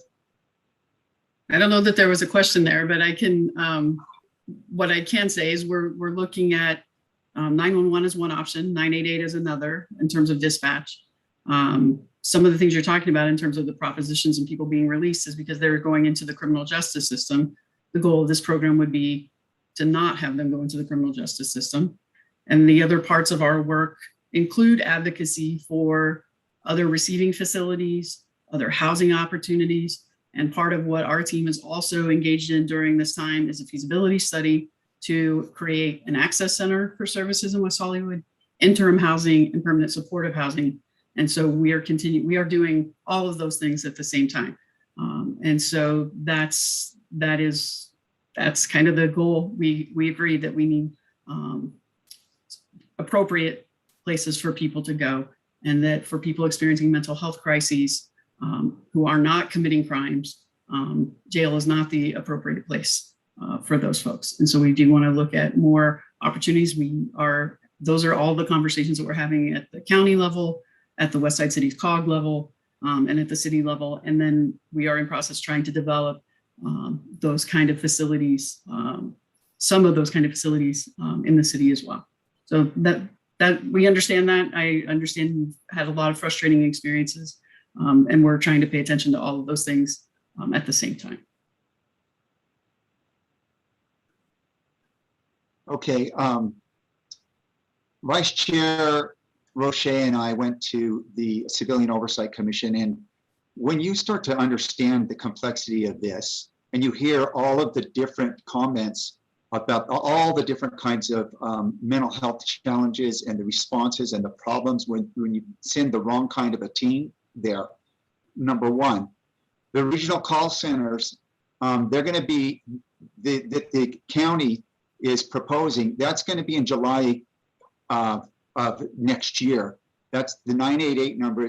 It's a regional call center that they intend to use, and they intend to have a team of experts which triage, and then you have a team there that triage so that they can send the appropriate team out. You have law enforcement, you have health experts there, you have substance use disorder experts, you have mental health experts, you have peers, all in there. And about the money, they have the federal. They're trying to work on federal funds coming in. Because they believe that the federal government is derelict in their duties to, they have something called the IMD, something mental disorders, where they're appealing to that to get the funds from the federal government. And to your point, Danny, Dr. Sharon mentioned this exact thing that you said, that in order to house people and put them in even something temporary, a place where they can live in the meantime, that's what he believes as well, is, why doesn't FEMA come in, or the Army Corps of Engineers come in? And as far as the Measure H and those funds for building the housing, if you come onto these subcommittee meetings, that's very expensive. You have 600,000, let's see, Allison Bartle came on to the subcommittee meetings, and she explained why West Hollywood properties are so expensive, and it takes years to build all of those. So those are some things that we all want to look at. This is very complex, and what kind of teams to send out. And we can get you all the various subcommittee meetings that we have had. And there's also a meeting, the county is the steering committee. They've been working on this for a year. They hired an expert, and that expert has been working with something called Crisis Now, and they've been working across the country on things that have worked. And so they want to, they're going to have a public meeting on Wednesday at 9 o'clock in the morning. And they're going to have their expert there that's going to be kind of running that meeting as well. So I just want to jump in there and Michael Vojkovic, you brought some really good, he comes to our, to those subcommittee meetings as well. And he's brought us some really insightful things about the trauma that it causes when you do take somebody against their will, those 5150s and those kinds of things. And they're talking about conserving people actually on the street that they accidentally kind of stumbled onto that has been working. So I don't want to keep going, but I just want to I want to jump in with some things there. Commissioner Balbon. I had an unrelated question tied to something that Corey started with. You spoke earlier on, Corey, about the fact that there have some vaccination efforts in the city. That I think you said there were 2 rounds of efforts. Are there more efforts planned, particularly in light of the vaccination ordinance that's going to the next council meeting? Yes, Commissioner, it's an ongoing effort. So we had 2 pop-ups in Plummer Park that were timed. At the time, the available vaccines were Pfizer and Moderna, so it required the second shot. We got J&J for some of those as well for the 1 shot, but we did those pop-ups so they would be timed out for people to get a second dose if they needed to. But the DHS team that we partner with has also come in and done pop-ups at the Gateway. They've done kind of what we call hotspot locations where we know people tend to congregate and try to do at least provide information. You know, as there has been vaccine hesitancy in the general population, there's vaccine hesitancy among people experiencing homelessness as well. So the DHS nurses have also shared information, provided consultation to people who had questions about the vaccines. And then we continue to work with DHS, as do our contracted social service agencies, to provide those vaccine opportunities on site at their facilities, like I mentioned, the LGBT Center. So it is an ongoing effort. You know, I'll say we have had challenges, you know, at times with county agencies, and just they're so big. But I will say for DHS, they have come out and they will, if there's 1 person to vaccinate, they will come out and get that person vaccinated. They don't say you've only got 5 people or you've only got 10 people. They come out, if they can get 1 person in their time where they come into the city, they will do that. They are committed to trying to make sure people experiencing homelessness are able to access the vaccine or get information about the vaccine. So it has been an ongoing effort. It will continue to be that. Thank you, Corey. And is any of that available to our businesses and or anyone else in the community who may find themselves working through this ordinance and having staff that is unvaccinated? Just curious about the resources on that front. I will defer to Kristen about the other testing opportunities. Ours has been specifically focused on people experiencing homelessness, but there are many opportunities for people to get vaccinated. Okay. Kristen, so Janet and her staff and myself, Lieutenant Mulder, we meet with the businesses. It feels like weekly, but I think it's every other week now. And we share all of our information from our health department partners. We've assisted them with testing. We've assisted them with on-site vaccinations, with mobile vans, with appointments. Really the last 18 months, the city has done everything they can to anybody who wants a vaccine that we have found a vaccine for them. As you're probably well aware, Commissioner Bellon, you can walk in almost any pharmacy or county site right now with no appointment, sometimes as even late as 8, 9 o'clock at night, and easily get a vaccine. We do recommend that folks make appointments just so you don't show up and for some reason people are busy, but we have all that information at the city. The businesses we've shared that information with the businesses, and it's on the LA County Public Health sites as well. You can punch in your zip code for vaccination locations. You can also punch in your zip code for free testing. We still have free testing at Plummer Park. And then obviously there's lots of clinics and healthcare places you can get testing as well, although there are fees generally associated with those locations. Vaccinations are free at any location. Thank you. Commissioner. Sorry, I just wanted to add CVS is also offering free testing and free vaccines, the 8000 Sunset Boulevard and also La Cienega and Santa Monica Boulevard. So if you guys want to add that to your list. Thank you, Commissioner Roman. Commissioner Oliver? Yeah, I just, I think kind of along the lines of what Commissioner Roman was saying, and like I know West Hollywood has the best people in City Hall. I mean, there are a few of them here tonight, and so you know the lack of progress in our county and our state is not the fault of the people in West Hollywood City Hall who are working tirelessly and you know, doing their best with the current state of affairs in our state and in our county.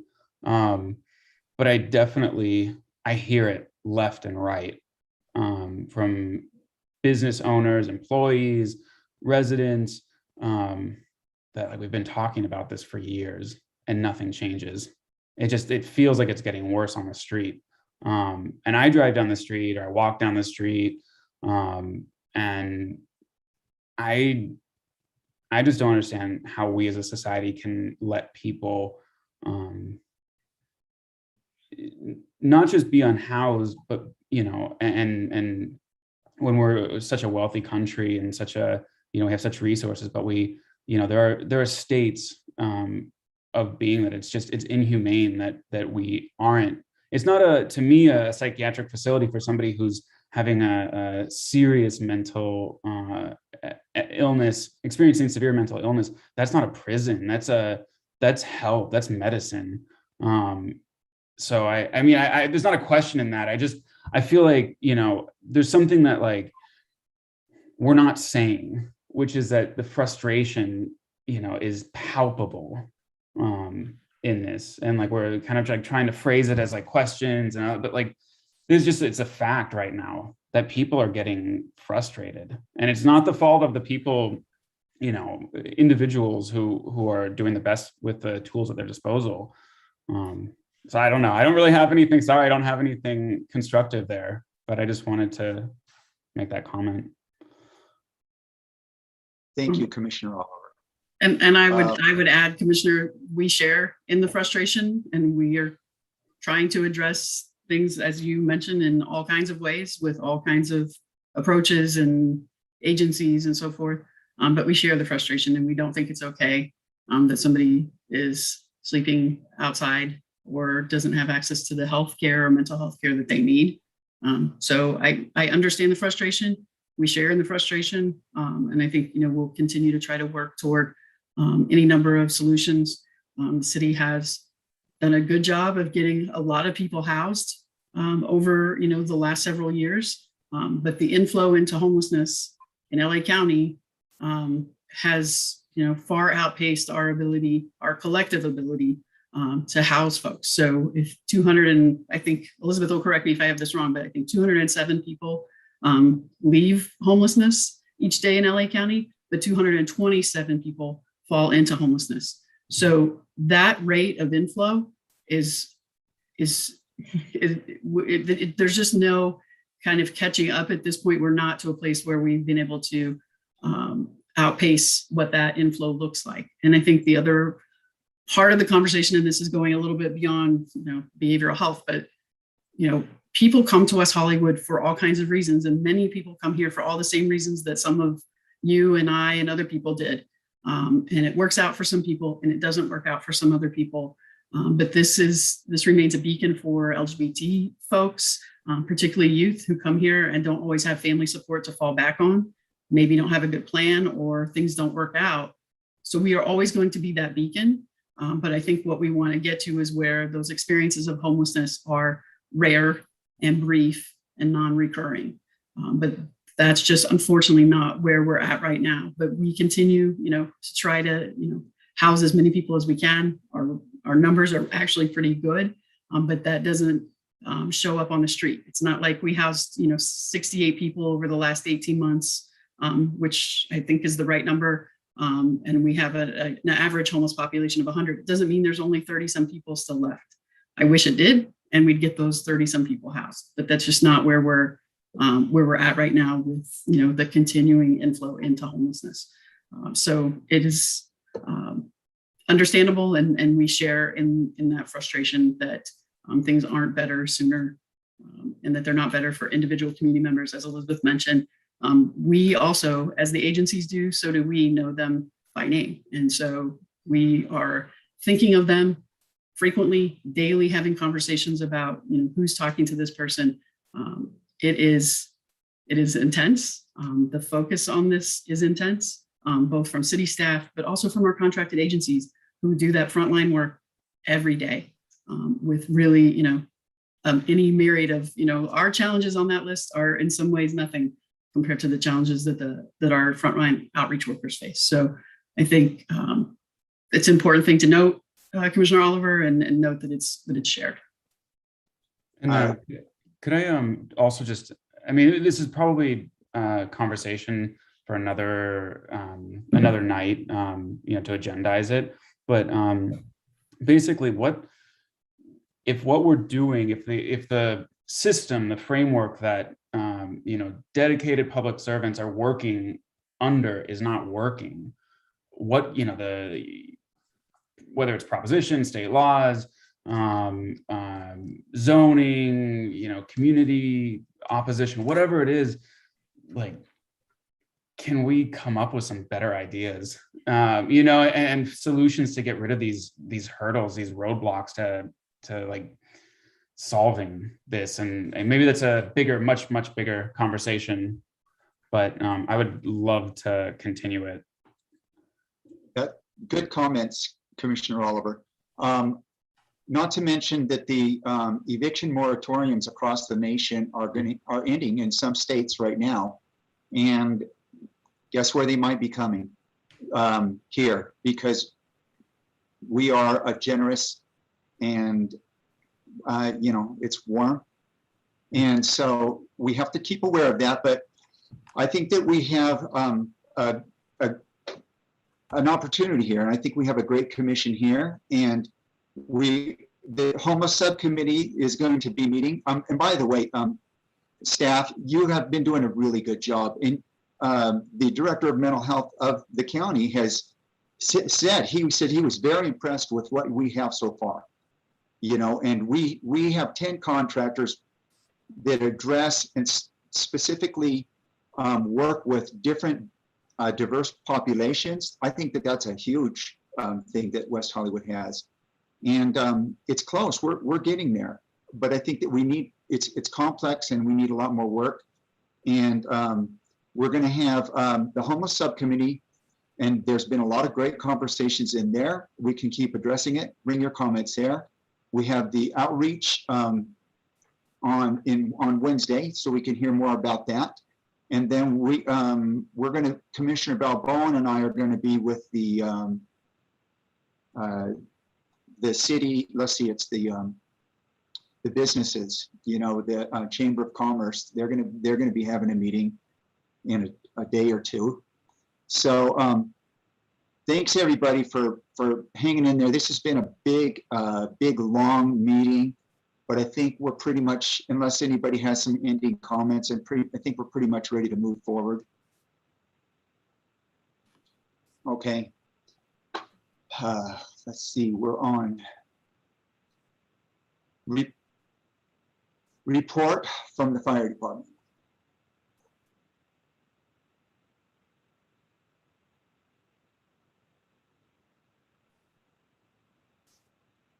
Chief Smith?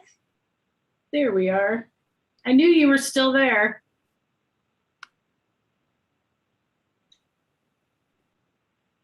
He's on mute. Oh, there we go. All right, I'll start over. Sorry about that.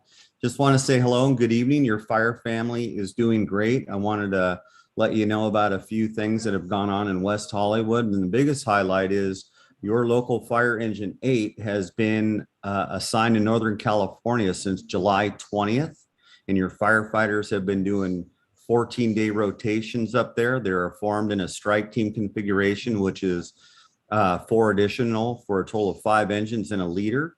And so your firefighters have been up there since July 20th on 14-day rotations coming back. We've been populating it with 4 additional firefighters, that being a captain, engineer, and 2 firefighters. and they're due to return home here hopefully by the 20th of this month for helping that firefight up in Northern California. We've had a total of about 150 personnel assigned up there with 30 pieces of different equipment, our aircraft, bulldozers, hand crews, all kinds of stuff supporting that fire efforts in Northern California. And so we're going to get all of our troops home to reset to get ready for our fire season, as you know, that starts mid-October and goes through Christmas due to our Santa Ana winds. So we want to thank you for all that support that you've given us throughout all of this year. And since we love working in West Hollywood, we appreciate that. And with just talking in the great conversation that we've had this evening with the mental health crisis that's going on, it puts your firefighters and your law enforcement in challenging situations to make the best informed decision in the best interest of the patient.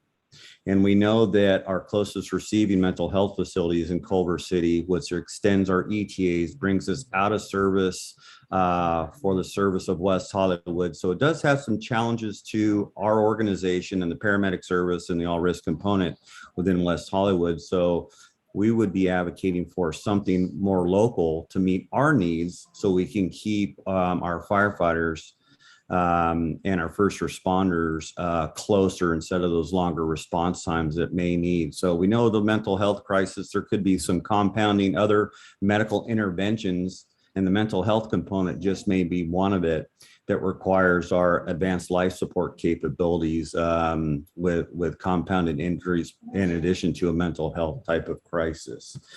So with that, that's all I have. Megan wanted to state that she's on board, and that also if there's CERT is still trying to get a kickstart. Once we, as you know, we have to do that in person. It's very hands-on.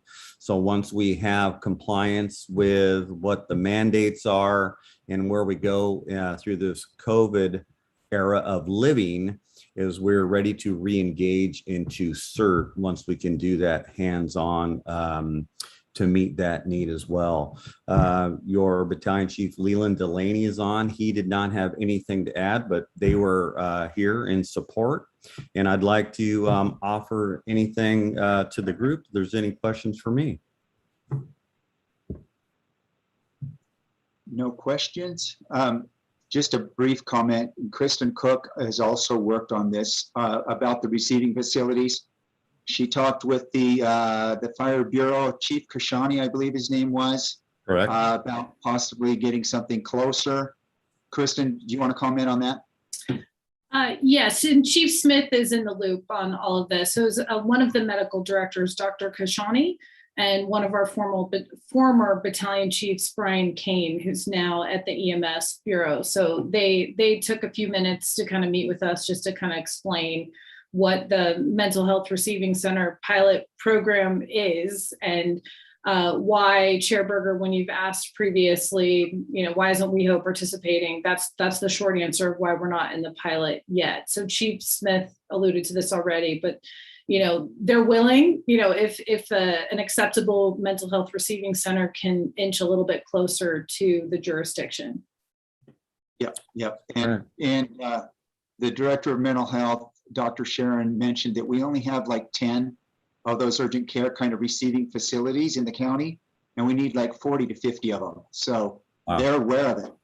And so we feel for you, we need it. Okay.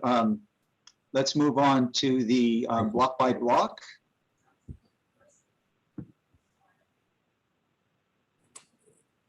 Good evening, commissioners, city staff. Can everyone hear me? Yep. Awesome, fantastic. So I'll be going over the report for Santa Monica, Sunset, and the Hummer Park, and also in addition, as far as a breakdown of the East Side, Mid City or Center City, and West Side numbers.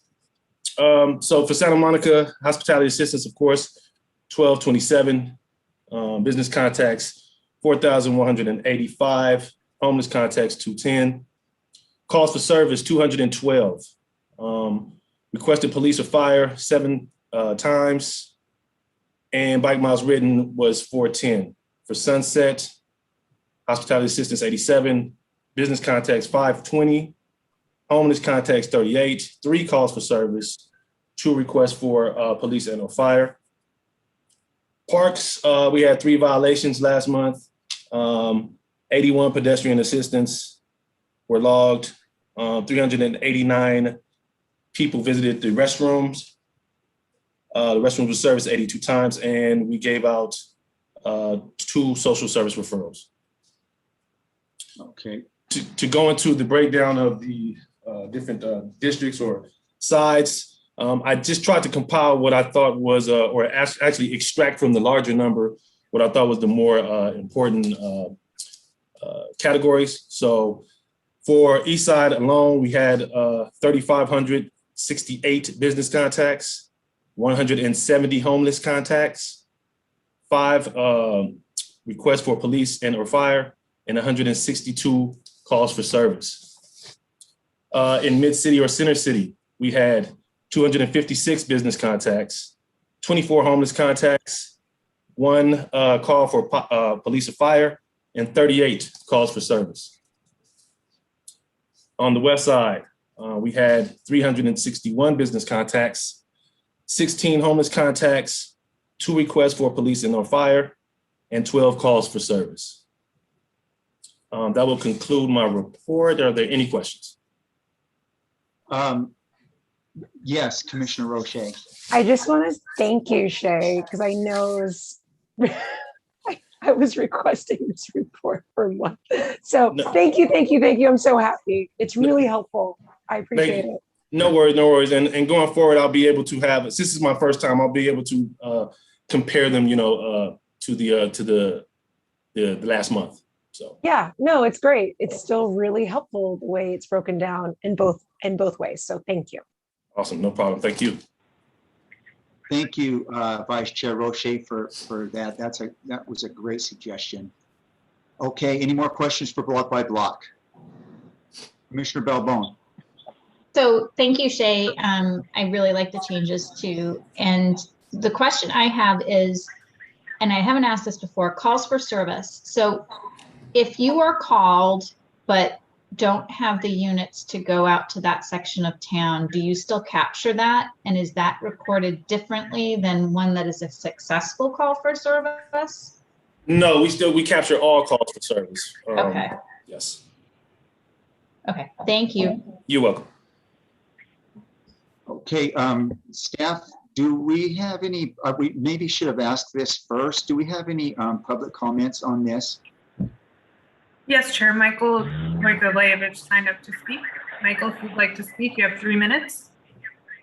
Yes, good evening. Thank you. I just want to say first that along with first responders, whether paramedics, the fire department, the sheriff, this city has a whole army of typical everyday citizens that are trying to help their neighbors. I've been trying to listen as much as possible to this meeting, but I actually found myself 45 minutes ago having to deflect and actually follow up with somebody who's not having a mental health crisis, but is having a physical health crisis. And it's as equally as important as, mental health. That said, the only comment that I wanted to make is based upon the comment with block by block that I gave last month.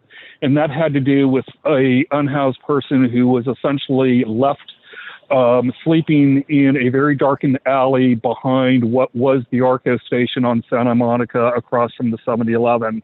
And basically what I was told at the time in response to my comment that I would need to provide block by block the time and the date that I actually called so that they could figure out what had happened. And what I took away from that comment is that block by block really doesn't have mechanisms set in place where they know that their bike patrol or their walking patrol are actually patrolling the areas that they are supposed to. And I don't want to overshadow that by casting a dark cloud. The work that the majority of people do within this city, including block by block, is worth noting. But, you know, all you need are these little gaps where something very minor can turn into something tragic. So I would hope that somehow mechanisms could be set in place where Block by Block knows on a daily and nightly basis that their officers, their patrol people are actually covering the areas that they are targeted towards. With that, I'm going to forego the rest of my comments for the evening. I need to have lunch. It's, I think, nearing 9 o'clock. So I wish you all a good night and good work for enduring, you know, as long as you have. Thank you. Thank you, Michael, for, as always, for coming and investing your important time here. Let's move on, unless anybody else has, or we have any more commenters, or do we have any more comments? Commissioner, Chair, I'd like to address that last statement as far as us having a mechanism in place. We actually do. We use what is called a SMART system, which is something that the company developed, so we actually can track each ambassador to the time that they were there, how long they were in a location, and so forth. That's also tied into how I'm able to derive these statistics that I provide to you all every month. Okay, thank you. Any more public comments? Commissioner comments? Okay, let's move on to the sheriff's report. Hi, good evening, Chair, Vice Chair, and Commissioners, and a special welcome to our new Commissioner, Commissioner Soon Cheong. Welcome. So for August of 2021, Part 1 crime was up 64%. And I know it sounds like a lot, but I'll get into that explanation, with 177 incidents when compared to last August of 2020, which had 108 incidents. For context, I think I've repeated a lot of these meetings, March and April of 2020, and quite a few of the months of 2020, we had some of the record lowest number of Part 1 crimes in the city's history. Generally, prior to COVID, we averaged about 180 to 200 Part 1 crimes per month. And again, for additional context, in the beginning of 2020, prior to the pandemic, we were almost 30% lower for Part 1 crimes when compared to the same time in 2019. So this year, the Part 1 crime citywide to date is up less than 9% than when compared to the same time last year. West side of town was up 49%. City center was up 56%, and the east side was up 113% for the last month. Part 1 crime breakdown, the west side of town had 44% of the Part 1 crimes, city center had 28% of the Part 1 crimes, and the east side had 28%.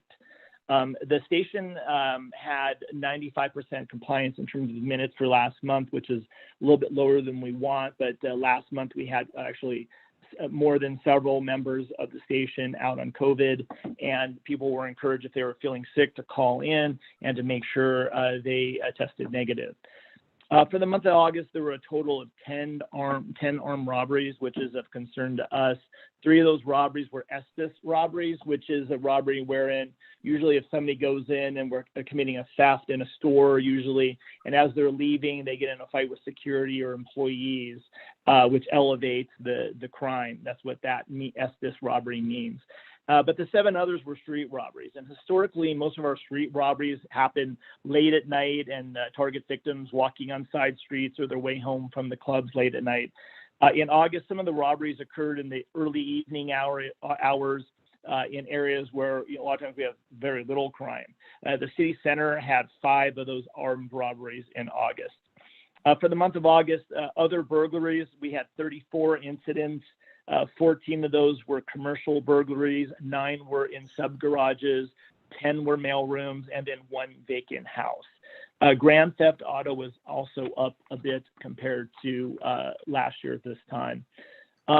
There were also 8 felony pickpocket crimes, which also drives the numbers, the pickpockets occurring at the clubs, and usually they're telephones, and usually the telephones are valued at over $1,000. So Another thing, Yola Dore had let us know about, I guess, a mortgage scam. And we just want to, again, reiterate to people, be very aware if you get emails or calls or texts asking for you to, get a new mortgage or any other thing, car and repair insurance policies. There's quite a few different scams that people are doing. I would recommend people ignore those. And if you want some of those types of services, make sure you're going to like a reputable business to do that. So we continue with our cops and our entertainment policing teams to conduct saturation patrols. And because of the uptick in the robberies last month, we've run several recent robbery suppression operations with both cops and our entertainment policing team. And we will continue those and also our burglary operations as well, albeit a saturation patrol or a plainclothes undercover type operation. We continue to conduct our care outreach operation for people experiencing homelessness in our community with both special teams, our cops and entertainment policing team. And we also continue to monitor the situation created by the marijuana dispensary Cookies, which is located in the city of Los Angeles, Melrose and Kings Road. We had one incident back in August where a Cookies customer parked illegally on Kings Road and then used the street as a restroom. This month is Pedestrian Safety Month. We are putting out pedestrian safety tips on our social media. Our cops and entertainment policing teams will also be running an operation addressing pedestrian safety this month. And as a lot of you know, West Hollywood has canceled the Halloween Carnival this year, obviously because of the COVID-19 pandemic. And because the city of West Hollywood and the sheriff's office were interested in protecting our community and doing whatever we can to help prevent the spread. We've also put on our social media or links about regarding avoiding street robberies, sexual assault prevention and nightclub safety, distracted driving, bicycle safety, cyberbullying, fire safety, mail theft, and some other issues. And that will conclude my report. I'm happy to take any questions. Why don't we go with, it looks like we may have a public comment. Staff, do we have public comments? We've got Lisa with her hand raised. Chair, it looks like Lisa is ready to speak. Lisa, if I'm pronouncing that correctly, you'll have 3 minutes. Yes, thank you. Good evening, commissioners. Thank you so much for allowing me to speak here today. I represent Cookies, the dispensary just mentioned by Lieutenant Mulder, and I wanted to thank Lieutenant Mulder and his staff for partnering with us to continue to become not just a good neighbor, but the best neighbor possible to the surrounding community. Lieutenant Mulder alerted us to 2 items that came to his attention. He mentioned one of them. One was on August 5th regarding a Cookies patrol car alleged to have been speeding down Kings Road to the barrier and parking there. And the second was the incident Lieutenant Mulder just mentioned, which was on August 16th regarding a purported Cookies customer, an African-American who was photographed urinating approximately 250 feet south from Cookies on Kings Road. The photos provided by Lieutenant Mulder, which we really appreciate, did not show the person holding a Cookies bag. We take these complaints very, very seriously. Cookies exterior and interior cameras and surveillance equipment is one of the most advanced available on the market, and they operate 24/7. Shortly after receiving Lieutenant Mulder's complaints, Cookies provided details.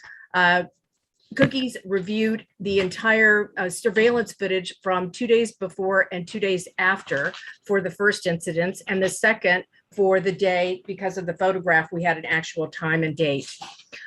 On the second issue, we reviewed the entire footage, as I mentioned, and there was no match of that person ever entering the store. And also of note, the photographs received and the surveillance video, we couldn't match anybody with that clothing or that face or that distance or coming into Cookies from both the exterior cameras, which are in the back and on the side, as well as the interior cameras, which photograph and surveil every single patron that comes in and out of the store.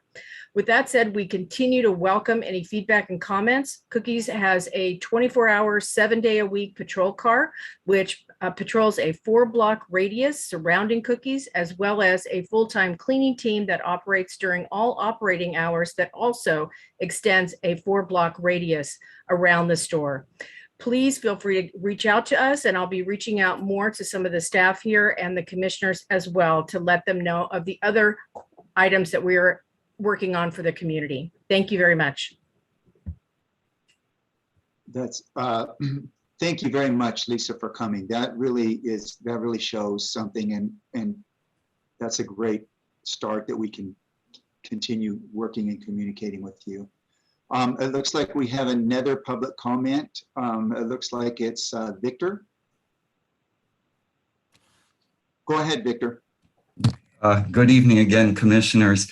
Well, on the early morning of Friday, August 27th, around 5 in the morning, I was awoken to helicopters, but I hear them from time to time, the public safety helicopters that zoom around trying to catch, criminals and that.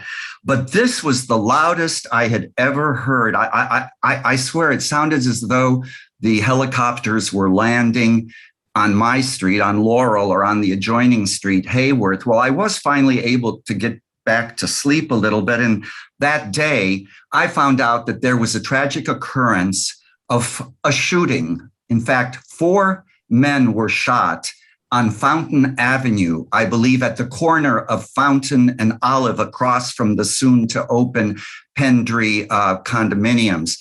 And so in looking over the staff report, the sheriff's report, which I know you've all analyzed, I was just wondering, how would that violent episode have been reflected in the data that appears in the statistics? Yes, 4 wounded men, a flurry of TV and local media coverage. I guess one of the wounded ended up in back of an apartment building near a pool on Kings Road.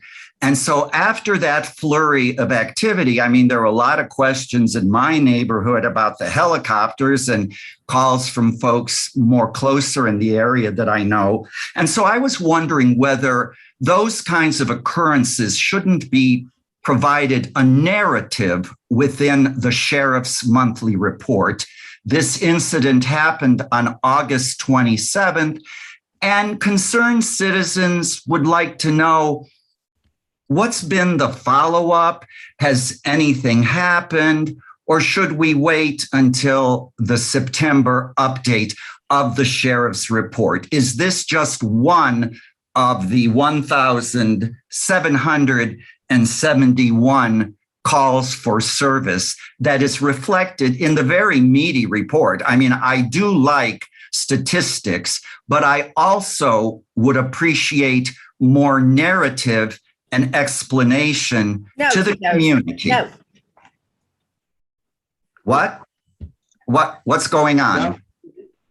It would look like it was an accident. Somebody had their microphone on. Oh, okay, sorry. But anyway, so I just share that with you. 4 people shot, Fountain and Olive, not too far from my neighborhood. Would love to know from the Public Safety Commission, or at least from the Sheriff's Department, any follow-up. Has anybody talked? What's going on? Thank you, Victor. Lieutenant Mulder, do you want to respond to that? Yes, sure, I'd be happy to. So we did have a robbery occur on the August 27th, and there were 3 people were robbed at gunpoint by another individual, and a scuffle ensued. 3 of the victims were shot, and the suspect was also shot. And all 4 people went to the hospital, and during our investigation, we determined that one of the 4 was the suspect, and that individual was arrested.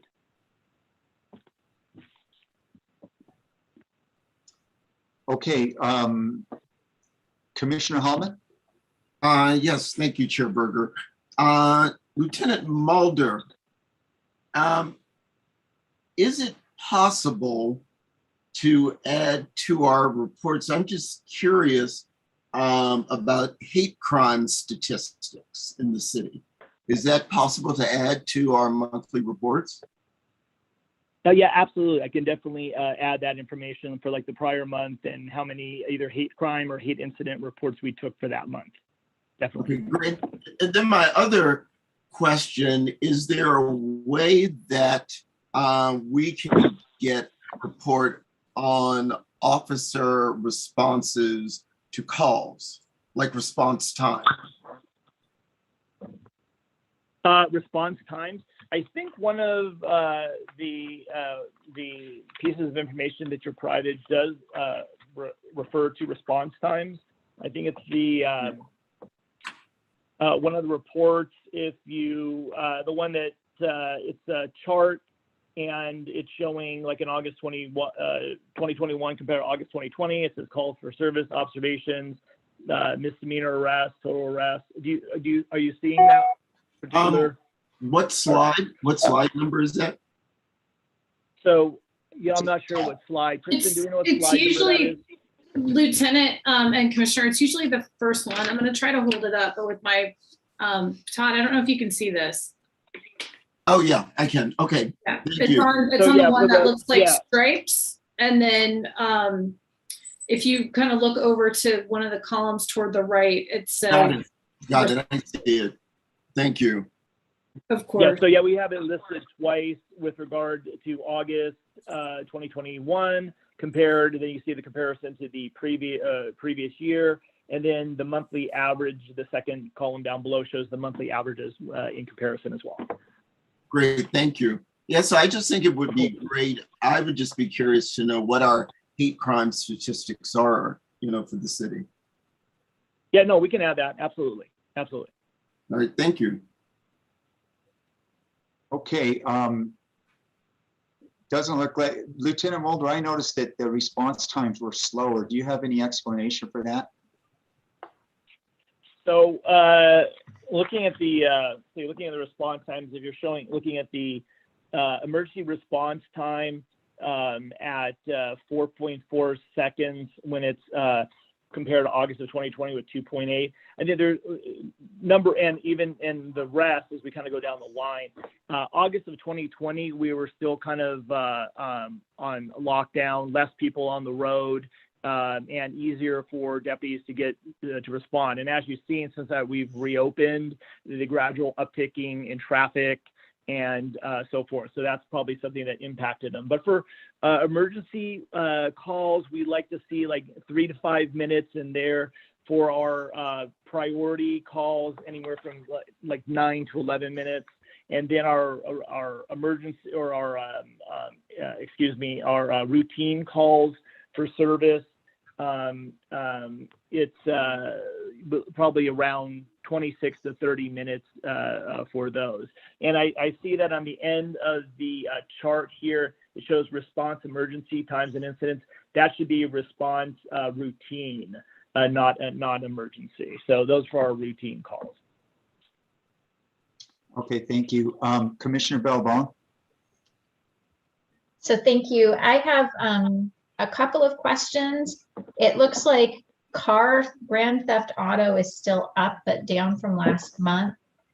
And I'm wondering if you're seeing any trends. I had read an article recently that there's some design flaws potentially with 2 types of vehicles, Hyundais and Kias, where basically you can get the window out, get into the car, and the alarm won't go off. I didn't know if we're seeing anything related to types of cars or if we've seen any of that playing over or what's happening with the grand theft auto situation. Yeah, so last month we had 13, and looking at some of the dates and so forth, and looking for patterns on it. There's not necessarily a pattern or that we think it's like an organized group that's committing all of these. And then looking at the listing of vehicles, there's a variety of vehicles. And in terms of like I didn't see a Hyundai or a Kia on last month's stolen list. So we haven't seen a pattern necessarily, but it's something that we always continue to look at. Okay, thank you. And then my other question was, we did see 3 rapes this month, And I'm curious if there's any detail around those. I know sometimes those are reported late. I didn't know if those were current cases or if you have anything else you can share about those.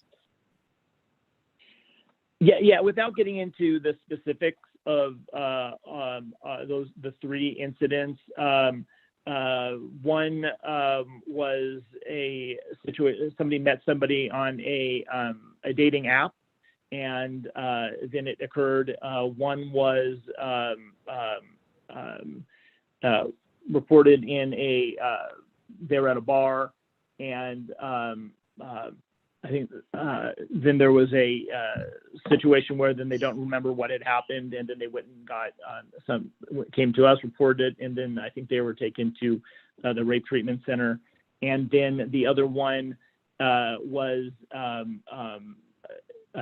looks like a date rape type situation. Thank you. Okay. Any more commissioner comments or Commissioner Oliver? Yeah, regarding cookies, I did want to see if there's still, stepped up enforcement, both of law enforcement, but also parking enforcement. I noticed like there are temporary no parking except by permit holders. I'm not sure what the previous restrictions were, but like if those are being enforced, just to, they're not very useful if we don't have the enforcement. Yeah. So yes, indeed, they are being enforced. Parking enforcement is aware of the situation, has been excellent partners from the beginning. Since the street, we started addressing this issue over there, the street closure, and then the parking permitting on Kings Road was also changed. So with those couple changes, I know parking enforcement has that issue. Thank you. Okay. I think some people have their raised hand on here. I don't think that there was a comment there, is there? Okay. No more commissioner comments. Okay. Next thing is update on impacts from cookies. I believe we've covered that. And Chair, the next 2 items we've kind of talked about, they're standing agenda items at the request of the commission, but we did kind of cover cookies and then also pieces of 10G with CPE tonight. Okay, does anybody have any questions on either of those items, comments? And I guess Okay. I just said we have nothing additional to report tonight from staff or the sheriff on that item tonight. Okay, so items from staff, do you have any? Item number 11. Janet, do you have anything for the group? No, we've already discussed the emergency executive order. Thank you. I will just say at the commission's request, we'll be talking about the commission's work plan now that we thankfully have all our commissioners seated. And also Danny Rivas, co-compliance manager, will be coming to the November meeting. Okay. Do we have any public comments? None, Commissioner Chair. Okay. Items from committee. Actually, I'm sorry. Victor Almonchenko just raised his hand. I don't know if it's a carryover or if it's general public comment. I was hoping just to make one final public comment. Is this the time? Yes. Yeah. Oh, okay. Well, commissioners, Chair Berger and Vice Chair Roche and new Commissioner Soon Chong and everybody else, thank you very much for your work on behalf of the #1 priority in our city, which is the public safety of all of us residents, people who come here from out of town, the tourists, and people who go through town, people who live here. I was fascinated by the Center for Policing Equity study for the study session that you had, and I was able to look through some of the report, and whatever can be done to humanize, to use humanizing language as the report from the center had, is important, I think. And I was just thinking about the Second Amendment and the usage of the term militias. And when we hear the term militia applied to some of these white nationalist groups and that, whereas this report, this Center for Policing Equity report says maybe we should really identify them as paramilitary gangs. So there's a lot of food for thought, a lot of language kind of changes that I think could be discussed. And I know that this is being done with the law enforcement community, but I think that the overall community overall can learn about some of these and maybe adapt some of these more attempts at humanizing our language. Number two, I'd like to say that I listened with rapt attention to board member Keely Field's letter, which was read into the record regarding these occurrences that are happening and apparently in our clubs and the drugging and that. And I know we talk about process. I bring up process a lot, but I was just wondering whether a letter like that couldn't be maybe appended as an on-link thing, an on-link correspondence under the public comments for the agenda of your commission, just like people submit public correspondence to the Historic Preservation Commission, whose meetings I go to, and to the City Council. Having that kind of a letter appear in the public record, it's read into the record, which is kind of a new one for me. I'd never seen that happen until I came to this commission hearing. And so, but I encourage maybe more fuller dissemination of that kind of correspondence, especially coming from another board. That's crossing silos, as I like to mention. And the third thing I'd like to say is the report about the development of the behavioral health unit.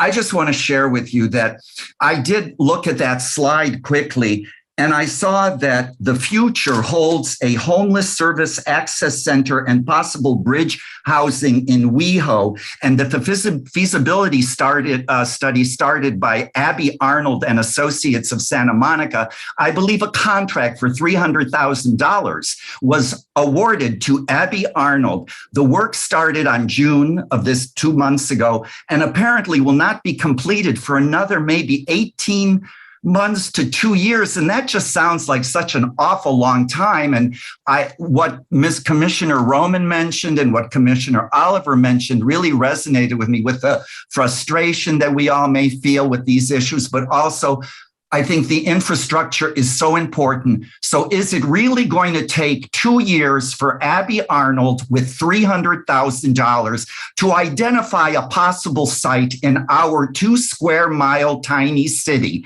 I understand Councilman Koretz identified a bridge housing place somewhere on La Cienega or La Brea. Council member in the city of Los Angeles. One moment, please. Got a bridge housing center in Hollywood. Why is it going to take us 2 years to complete a feasibility study? I just find this kind of a lot of bureaucratic contract people at the trough, and I'm kind of frustrated. So I thought I'd bring that up. Thank you. Thank you, Victor. Do we have any more public comments, staff? Chair, I have Stephanie Harker. Okay, Stephanie. Good evening, Chair Berger. Good evening, Commissioners. I just wanted to briefly bring up a topic that's been discussed over and over by many commissions, by the council, and that's in regard to the scooters. You know, it's a good idea in a way, although I don't think it's cutting down on traffic. But the scooters that are left around primarily on sidewalks are a menace, particularly to our disabled community, our seniors, or any pedestrians.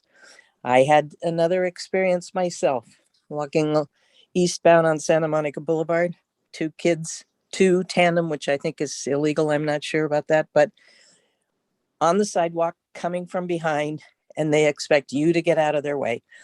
I don't find it a satisfactory answer from the city or from law enforcement or from code enforcement or from anyone else. Well, there's not much we can do about it.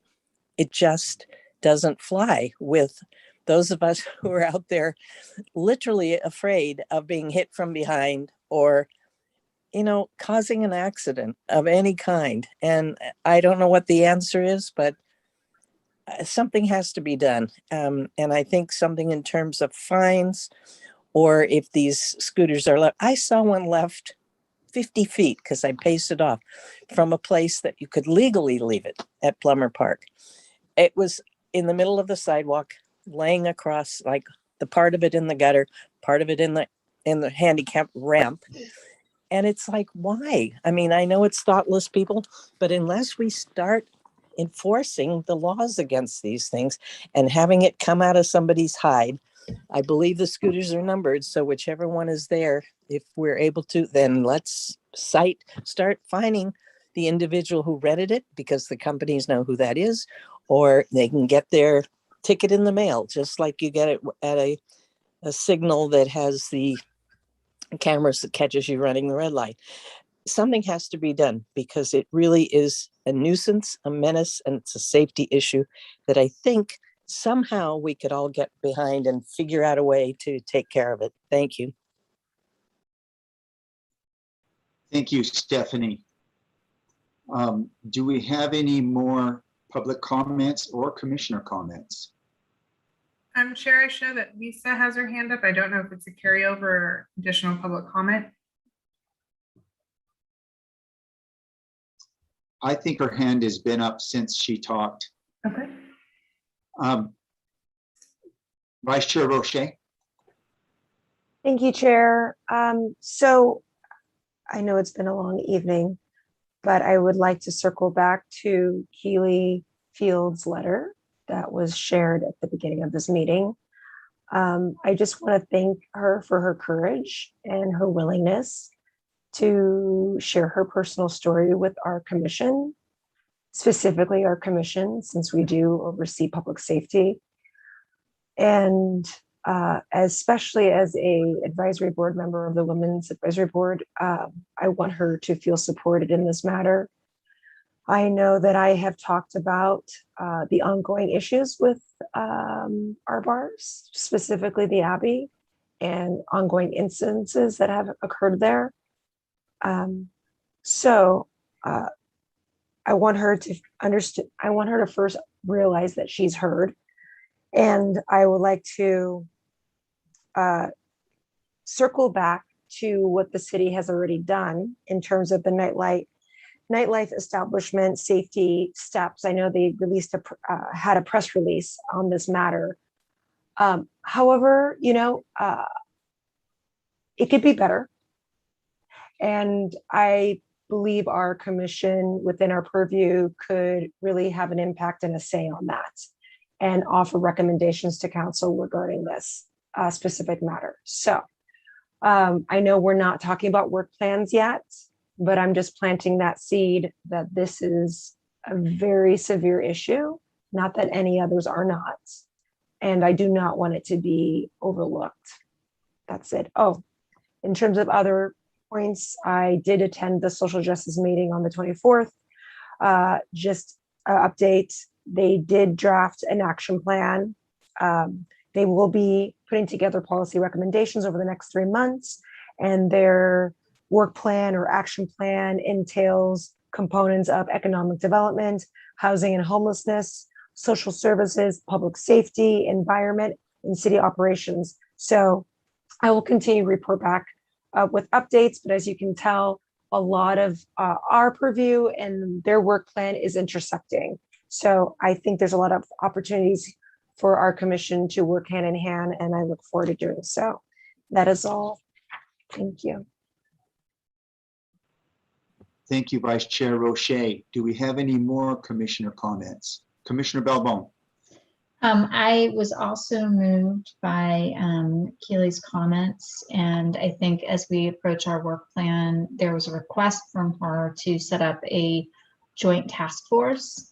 And I think that that's one that I would definitely support, a subcommittee between ourselves and the Women's Advisory Board, and potentially other commissions that feel targeted or interested in participating. It's an important need. And then I also wanted to welcome Commissioner Sunshin. Yeah. Okay. Any more commissioner comments? Oh, one last one. Congratulations, Okay. Chair Berger and Vice Chair Roche, on your first official meeting. I know I need a lot of work, but we'll get there. I'm wondering, oh, Commissioner Oliver, did you have Yes, I did want, I don't, we don't need to discuss at length tonight, but I would like to get, the subject, the issue I brought up in the first commissioner comments on the agenda, if not, the next meeting, the one after, but I mean, I don't see why not for the next one, but I don't have a motion except to bring the issue up for discussion. As I hope the next month I can at least do some more research on the history of the city. I know I've done some, but find out where we are, and then look to my fellow commissioners to come up with some ways that our city can be an advocate on the state and national level, possibly, or set an example. Thank you. And when you do, so we all know, the way that we agendize, I sent it out when we got our in the email. If you can, when you agendize, when you want to make a motion to agendize something, try to put the purview section as well, because I think you'll have a lot better chance of getting a vote that we will put it on our agenda as well. If all of our commissioners, if we can do that, just be thinking, make it a concise motion, have it planned out, and which purview, how does it exactly fit under our purview? Vice Chair Roche, did you have another comment? I did. I just, to that point, I'm all for agendizing new items.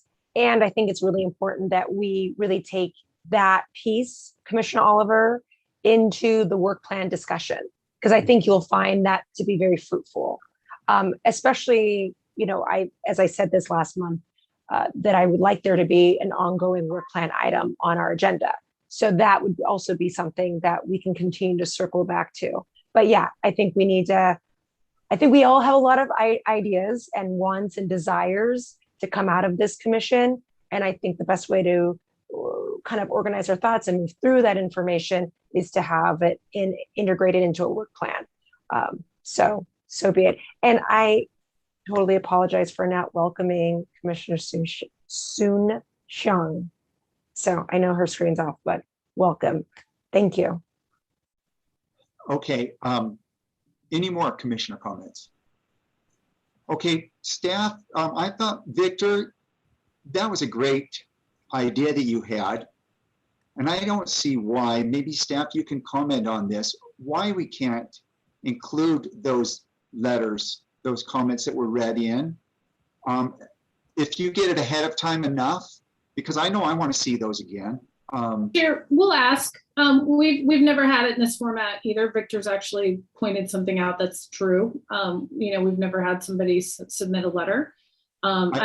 We certainly don't have a problem with it. We just need to check with the city clerk and see how it's done for a commission.